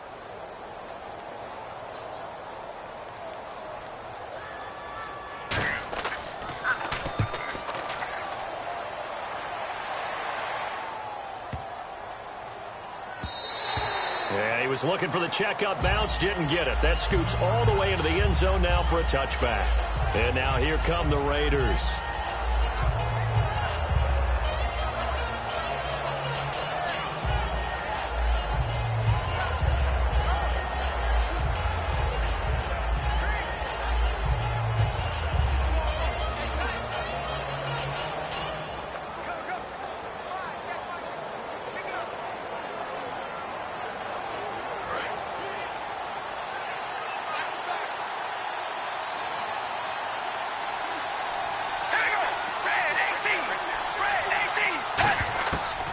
first down. Carr. Here's Wolford over the middle. Give him 8 on the play, and it'll make it second down. Completion was given up, but that's why you play zone defense, so that you can have people around the ball when it's caught, and you don't give up much run after the catch.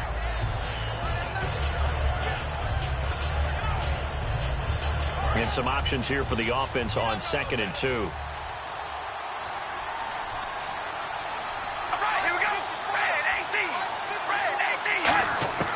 Shotgun now for Carr. Looking for Cooper, and it's intercepted. A great read, and it's picked off. And his guys are going to take over at the 31-yard line. Well, Brandon, these two have formed a pretty good partnership. Cooper in his second year, Carr in his third. But what makes a duo great can also be their downfall when you go to the well too often. And this ball is one that Derek wishes he could have back. And heading out for another drive, the Raiders defense.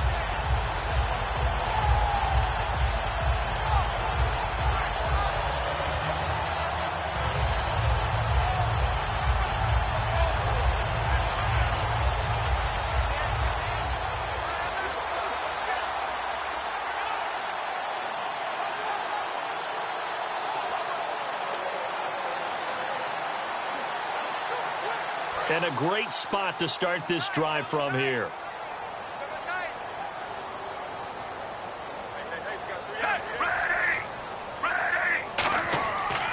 They'll look to get the running game going with Forsett. Just a yard on the first down carry, so it's 2nd and 9. Partner, you know I love to point out when teams break tendency and do something a little bit different from the norm.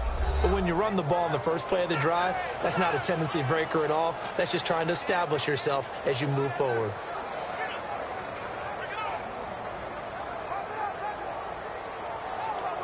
So 2nd and 9, the defense looking to put them in a bad spot here.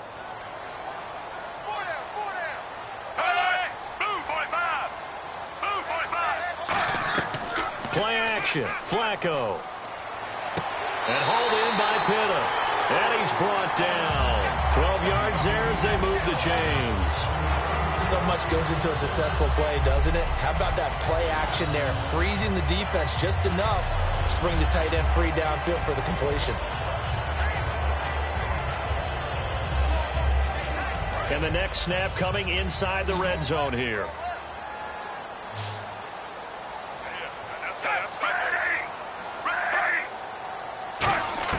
First and 10 here for Flacco.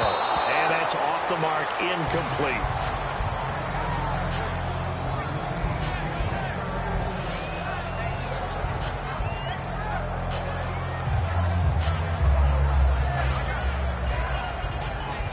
On 2nd and 10 now.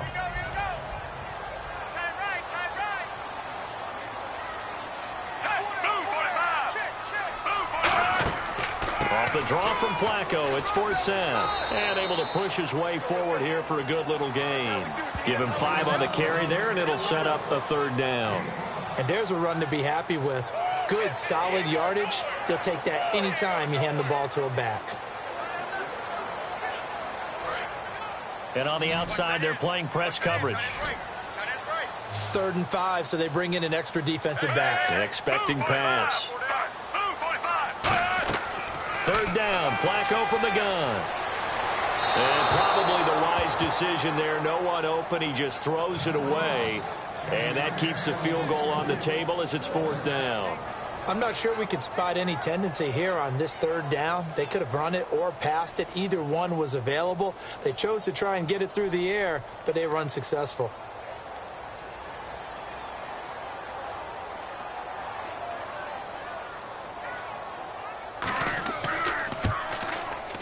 And Tucker's kick right there. It's good, and that'll push the lead up to 8. So the drive stalls out, but they are able to put 3 points on the board. Yeah, just a yard or two shorter than an extra point. So no problems converting there.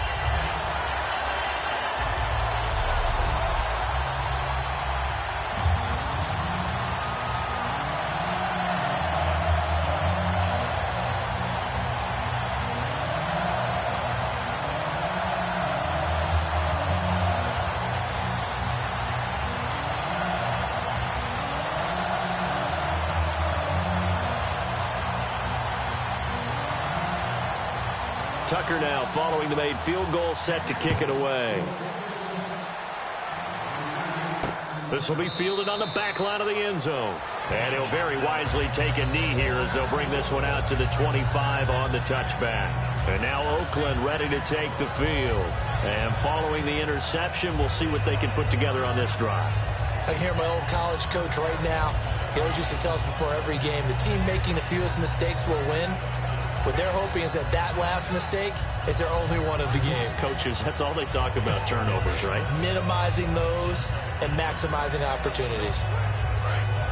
Looking to jam the receivers at the line here. Press coverage look defensively. Trying to shake off the interception. He'll look to throw. Connects it to Roberts, right side. It's a gain of 5 on the play, and that'll make this a second down.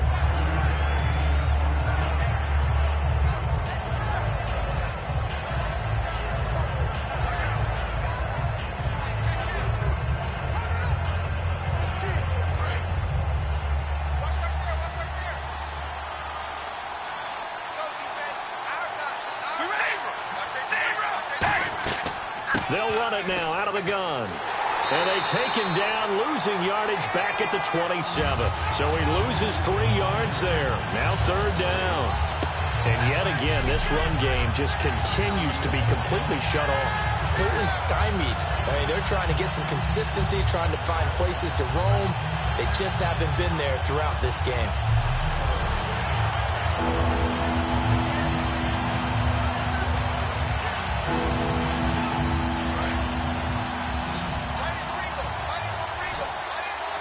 A nickelback added defensively as they look to stop this 3rd and 8. Throwing his car on 3rd down. Finding time. Look at the time. He finds Roberts, complete. A big play there for the Raiders. 33 yards. Great patience in the pocket. Of course, it's easy to be patient when the protection's good, and it was. Yeah, you got to pat those guys on the helmet and say thanks because they gave him plenty of time to stay back there, survey the field, go through the reads that he wanted to, and deliver the ball accurately. That was really well executed. So after that big play, let's see if they can catch their defense maybe on their heels.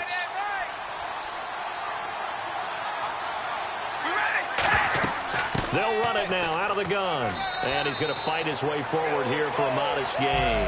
5 yards is the tally on 1st down. That brings up 2nd and 5. And that's exactly what you want on a 1st down run. Pick up 5 yards, bring up 2nd and 5. The defensive line, though, they've got to figure out a way to out-leverage the guys up front because the offensive line is winning at the point of attack. We have played 3 quarters. We'll return with more after this. You're watching the NFL on EA Sports.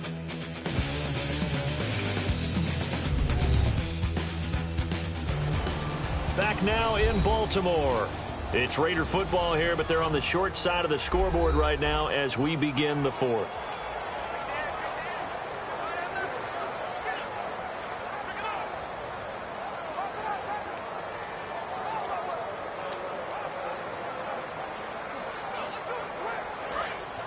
Looks like the defense in press coverage here.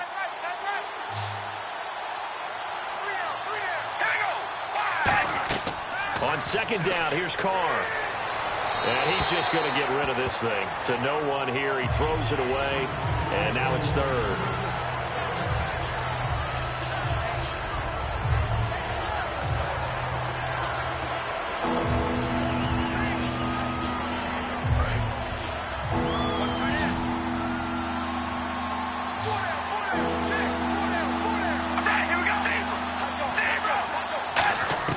From the gun now on 3rd down, Carr. And this is going to be incomplete.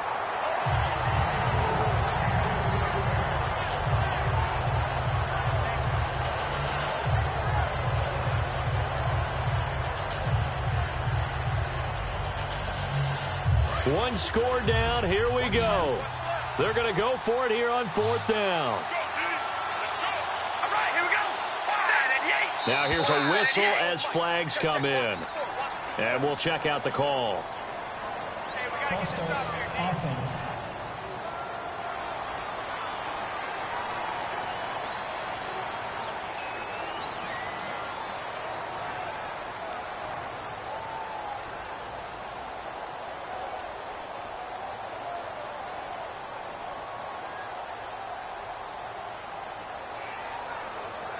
So on 4th down, out trots the kicker in a big spot here.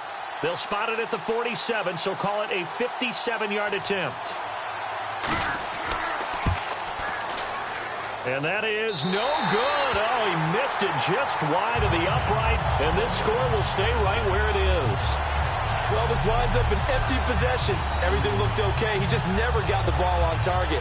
And knowing him, he'll be disappointed with that effort.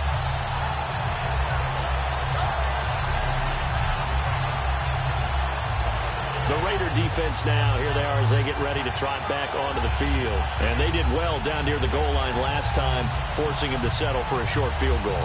And in today's day and age, settling for a field goal of that distance is amazing. You can get 3 points now, where it's going to give you only 1 point for the extra point, which will be a little bit longer. But they have to feel fantastic about only giving up 3 in that situation. It could have been so much worse. Yeah, could have. Now can they carry that over?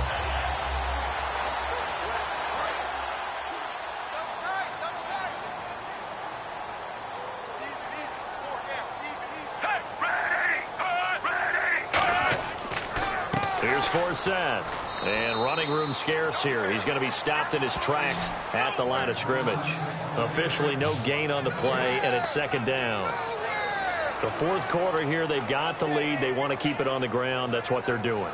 Smart football. Keep the clock grinding. Keep it going. But you got to figure now, they're going to see more people stacked up at the line of scrimmage as they try and bleed it out. A running play now for Forsett. And they'll stop him right on the midfield stripe. It's a gain of about 3, but it's going to leave him with 3rd and still 7 yards to go. Well, I think we know by now that every run is not going to be broken and get all the way to the end zone. But these short ones still have their value. You can still set up your play action and throw the football. You control the clock because you have the ball and they don't. And often the physicality sets the tempo for the game. Flacco from midfield. And it's brought in by Pitta. And he's able to get the first before he's taken down at the 36. A really nice pickup of 14 yards, and it moves the sticks. And that pickup of a first down, that's going to leave a mark because they really needed to stop them there, didn't they? That's so frustrating. Defensively, you're a play away from getting that football back here down late. Tough. Now they've got to find a way to create a turnover or takeaway. Otherwise, this one will probably get away from them. And on the outside, they're playing press coverage.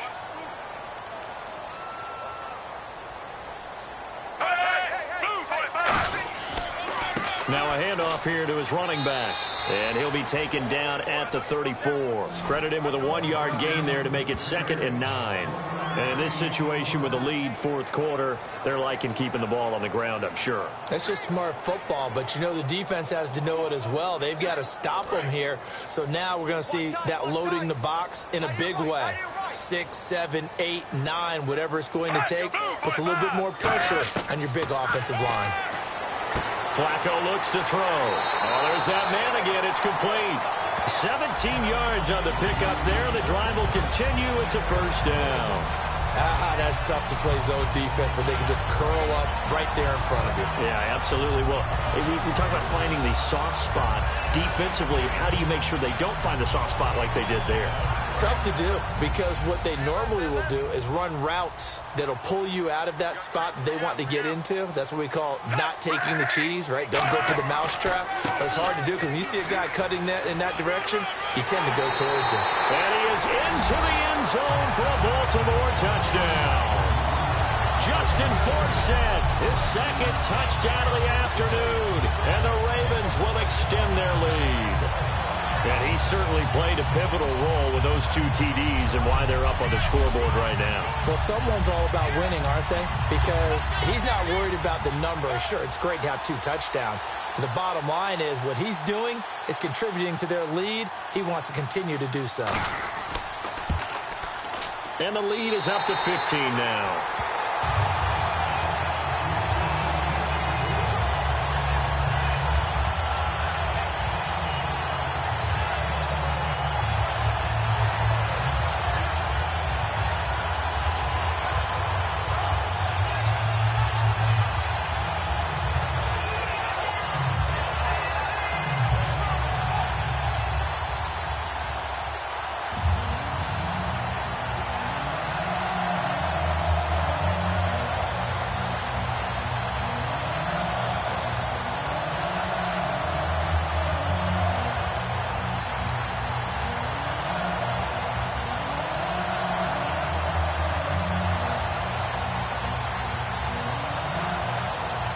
Tucker now to kick it away following the touchdown.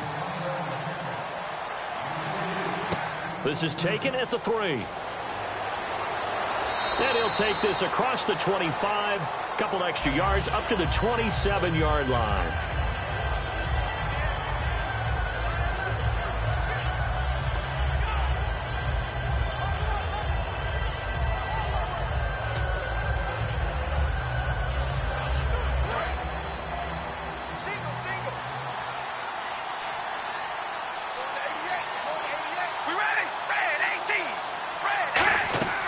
Now a play fake here on first down. And his throw is incomplete. That's a really fine play there, because anytime you see a comeback route, that means you cannot just stay in one spot and make a play on the ball. You've got to move your feet and move with the receiver, and that's exactly what he did.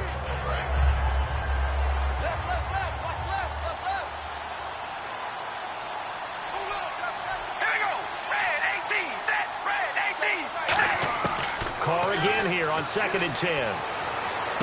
Roberts has it. And a nice gain of 21 yards.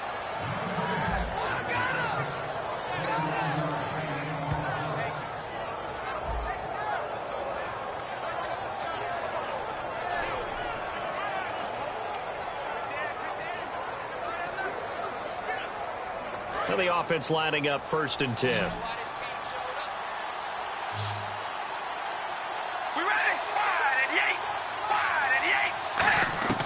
On 1st and 10, here's Carr. He's got time in the pocket. A right side catch by Crabtree. And he is taken down deep in Baltimore territory. That one goes for 34 yards. Good enough for an Oakland first down. Coaches really don't care from what position they get this, but run after the catch ability, rack ability, is often the difference between winning and losing and changing field position.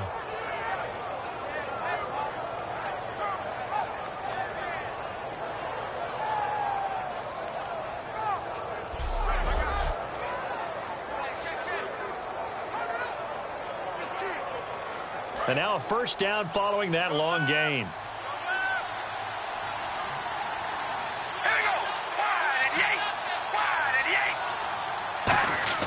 Into the red zone, it's Carr. Over the middle to Smith. And he'll get him inside the 15 down to the 14-yard line. It's a 4-yard pickup, and it'll bring up a 2nd down. Well, the strategy was evident there. Get it to your tight end and make it a one-on-one play with a cornerback. Who's usually going to win that one? The tight end, but not there. Not in this situation. How about the corner defeating that logic and making a really nice tackle?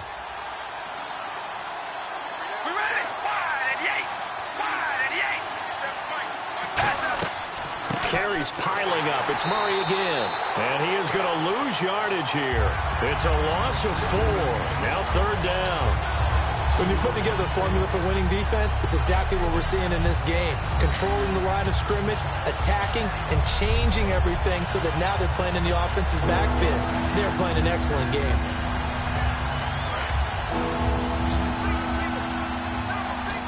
And defensively, Baltimore's in a dime look here on 3rd.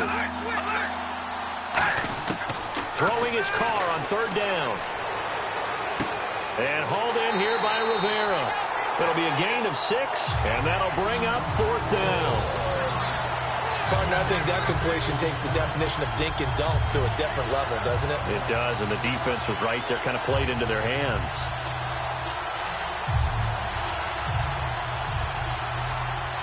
Okay, so thought they might go for it here, down late. Instead, they trot out the field goal unit.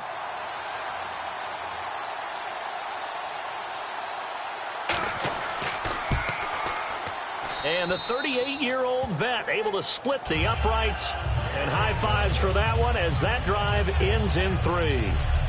So it's a 7-play drive, but it stalls out in the end. Let's credit the defensive front 7. They were a little leaky at the start of the drive, but they stiffened toward the end.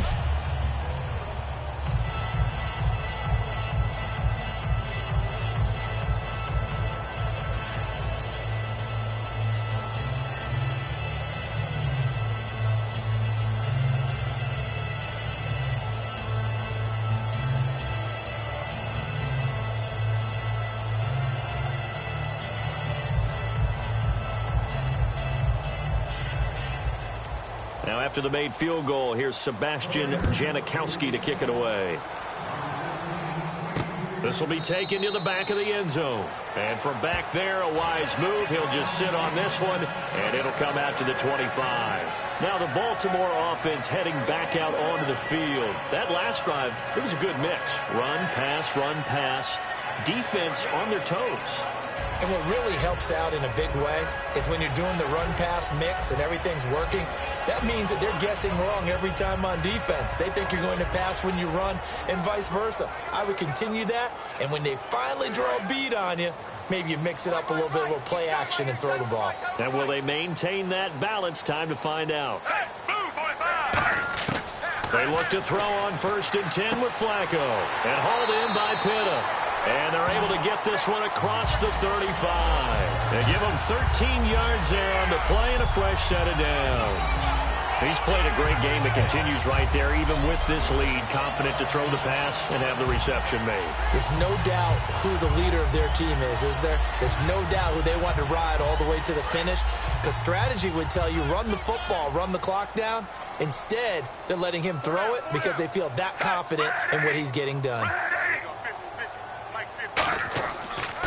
Going to give this time to the tailback. And he's going to be hemmed in and brought down right at the line of scrimmage. Just a yard on the pickup there, and it'll bring up a 2nd and 9. The best defensive linemen, they play with great leverage so they can get low and not get bowled over by offensive linemen. They have excellent hands. They can throw people off on a play. We just saw a great example of a really good run stop by a guy playing the defensive tackle position. 2nd down, Flacco now. And Aiken with it over the middle. And he'll get up near the 45. They'll spot it at the 44. He decided to run a hitch route. It really helped to have a guy who can turn it loose. And, boy, he rifled one in there on that one. Not much run after catch, but it worked really well. So here we go, a 3rd down after the 2nd down pass completion.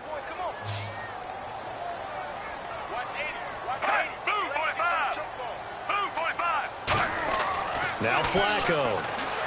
And able to find Aiken, complete. Call it a gain of 5. And that's going to make it 4th down.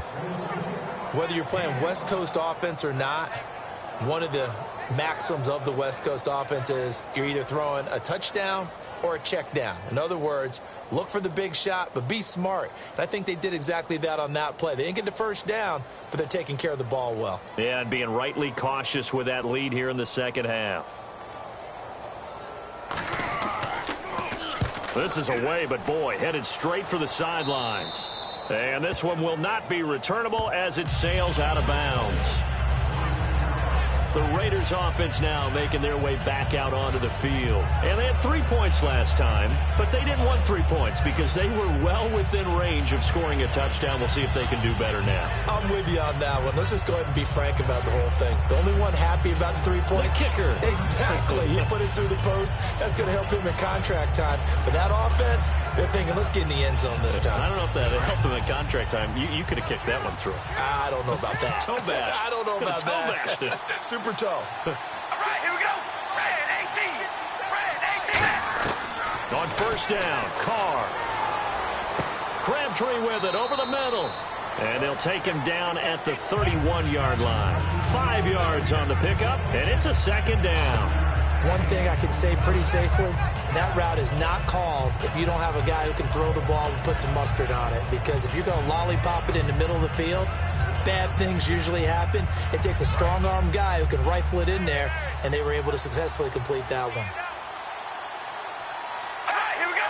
Wide and Carr to throw on 2nd down. This one caught left side by Cooper. And he's brought down. They give him 17 yards that time as that'll move the chains.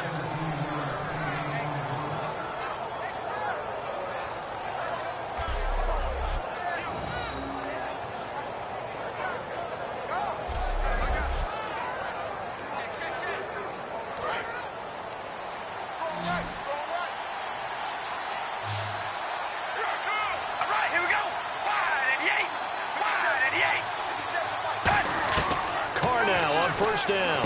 Finds Roberts left side. And he'll take it down shy of the 45 at the 46. 7 yards on the play, and that'll bring up second down. In recent years, the slot receivers really gained stature in the NFL because they can do so many things. Yes, they can line up wide like your normal wide receiver, but to have that kind of courage and toughness to run routes in the middle of the field and become dependable targets for their quarterbacks and move the sticks, those guys are worth their weight in gold. Carr to throw again. Holmes has got it complete. And he's brought down. That one goes for 13 yards, and it moves the sticks.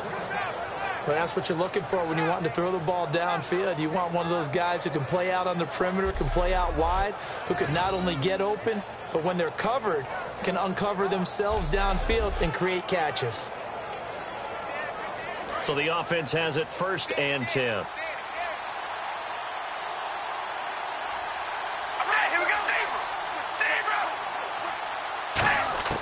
On 1st and 10, here's Carr. And incomplete, a drop there in the middle third of the field. That'll bring up second down. That was a classic example of trying to run with the ball without securing the catch. He was thinking about those rack yards instead of making the catch first and then taking off.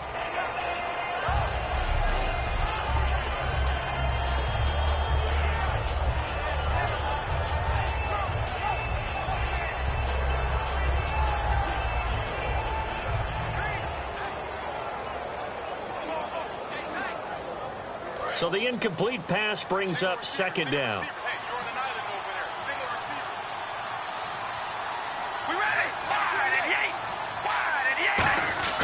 Again, it's Carr. And he comes back with one complete. And inside the 20 before he's brought down. They give him 14 yards that time and a fresh set of downs. Quick pass play there on the slant, Charles. Works out well for the offense. The offense loves it. The defender hates it. Hard to get through the body of the receiver to get to the football trying to cover a slant.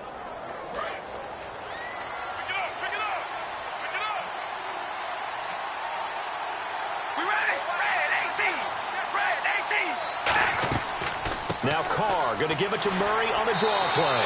And his rough afternoon continues. He's going nowhere again. No gain on the play there. Second down. But it was stopped on that play. We've had plenty of carries all afternoon. Every now and then the defense is going to win one, but I don't think they'll shy away from handing it to him the rest of the game. Looking to jam the receivers at the line here. Press coverage look defensively.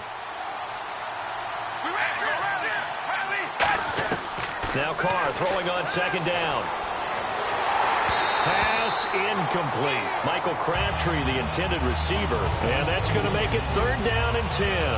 And that was incomplete, but I don't know how much of that falls on the quarterback. He was pressured. Brandon, the rush showed up so fast, the quarterback had no chance to get the ball downfield. Here comes the 8th play of the drive, and they need a full 10 yards on 3rd down. On 3rd down, here's Jones. And he'll get him inside the 15 down to the 14-yard line. 4 yards on the pickup there, but it's going to take him to 4th down.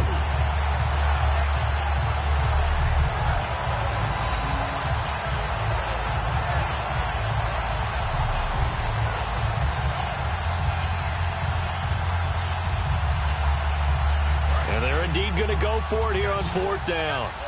So trailing here in the last quarter. Let's see how this plays out. Now Carr, got to have this one. Can't find anyone open. And this is caught.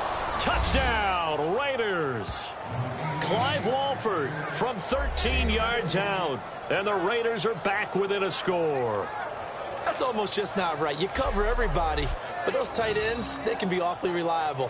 Very reliable. The defense just has to hate those guys. This drives them crazy because oftentimes you can't match up with them. They have you either with size, speed, or maybe even just strength.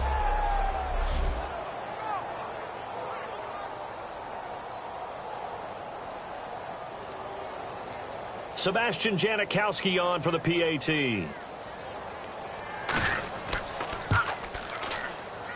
And this is back to a 5-point game.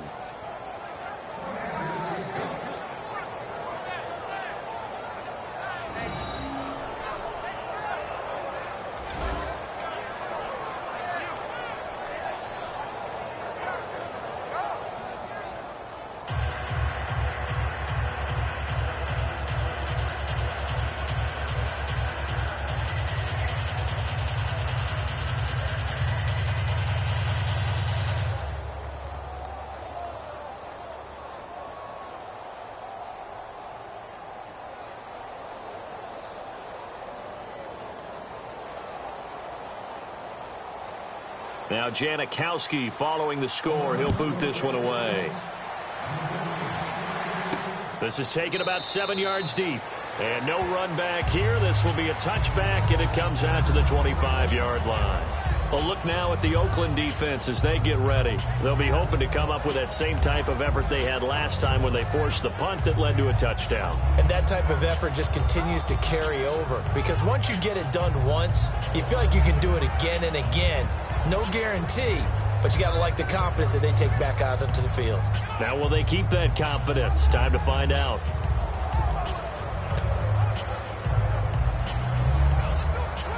And the defense in desperate need of a stop. They have to get off the field and get the ball back to their offense if they want a chance.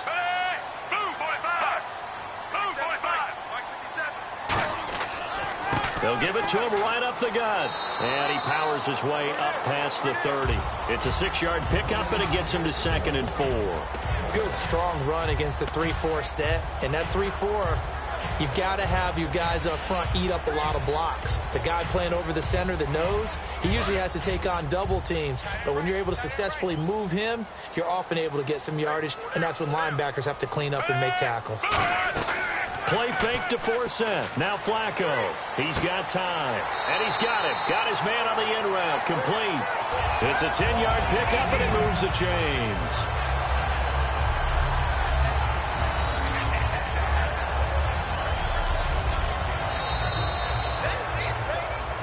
Time for a break.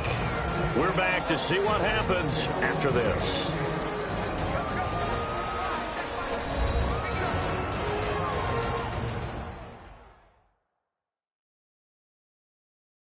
So it's Raven football here as we welcome you back.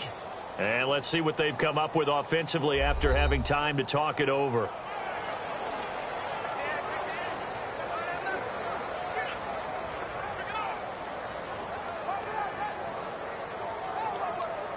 Offense comes to the line now, 1st and 10.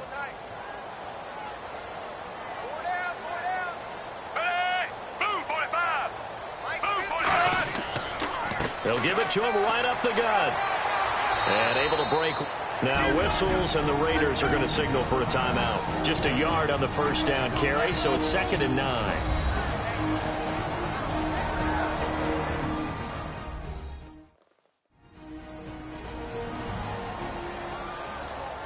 So a defensive timeout, chance to regather, regroup, and get set as we resume action.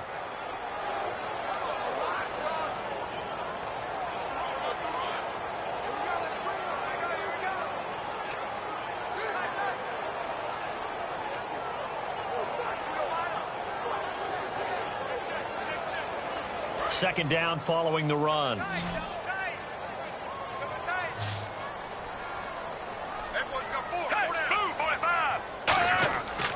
And they'll run it here. And he's swallowed up right near the line of scrimmage. Back-to-back 1-yard runs here, so that leaves him with a 3rd down and 8.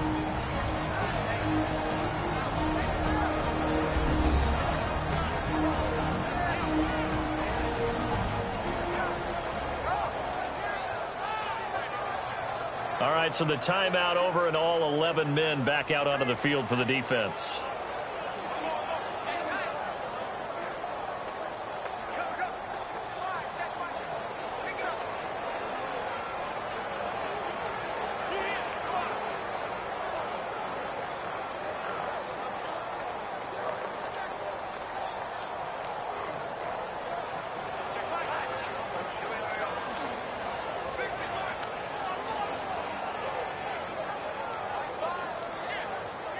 Let's see if the defense tries any pressure here on 3rd and 8.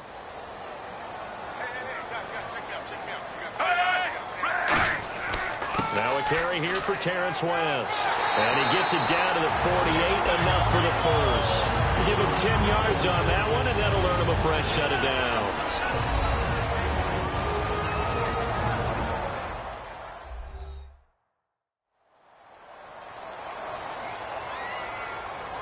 And now following that timeout, the defense back out onto the field.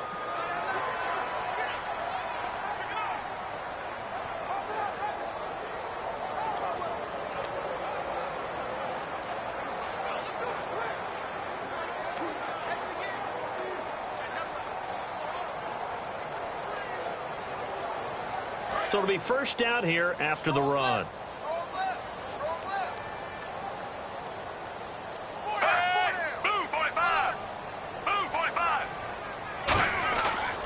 Now a handoff running right for Seth. And that play will go nowhere. Losing yardage back near midfield at the 49. And the offense there, the O-line, everybody really on offense, they were just manhandled at the point of attack. Yeah, you could pretty much call them all out, couldn't you? Almost by name, right? That was a very tough sequence for the offensive line. But how about that defensive front creating a new line of scrimmage and creating a lost yardage possibility?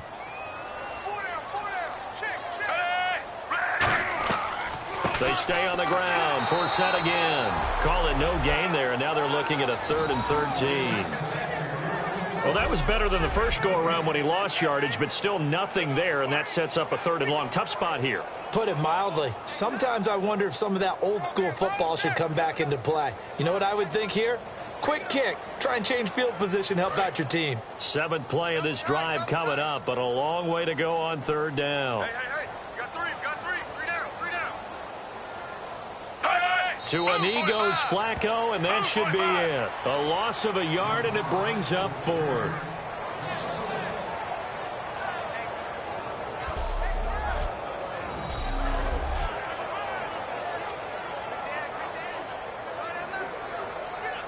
Here's Sam Cook now, as he's on to punt for Baltimore.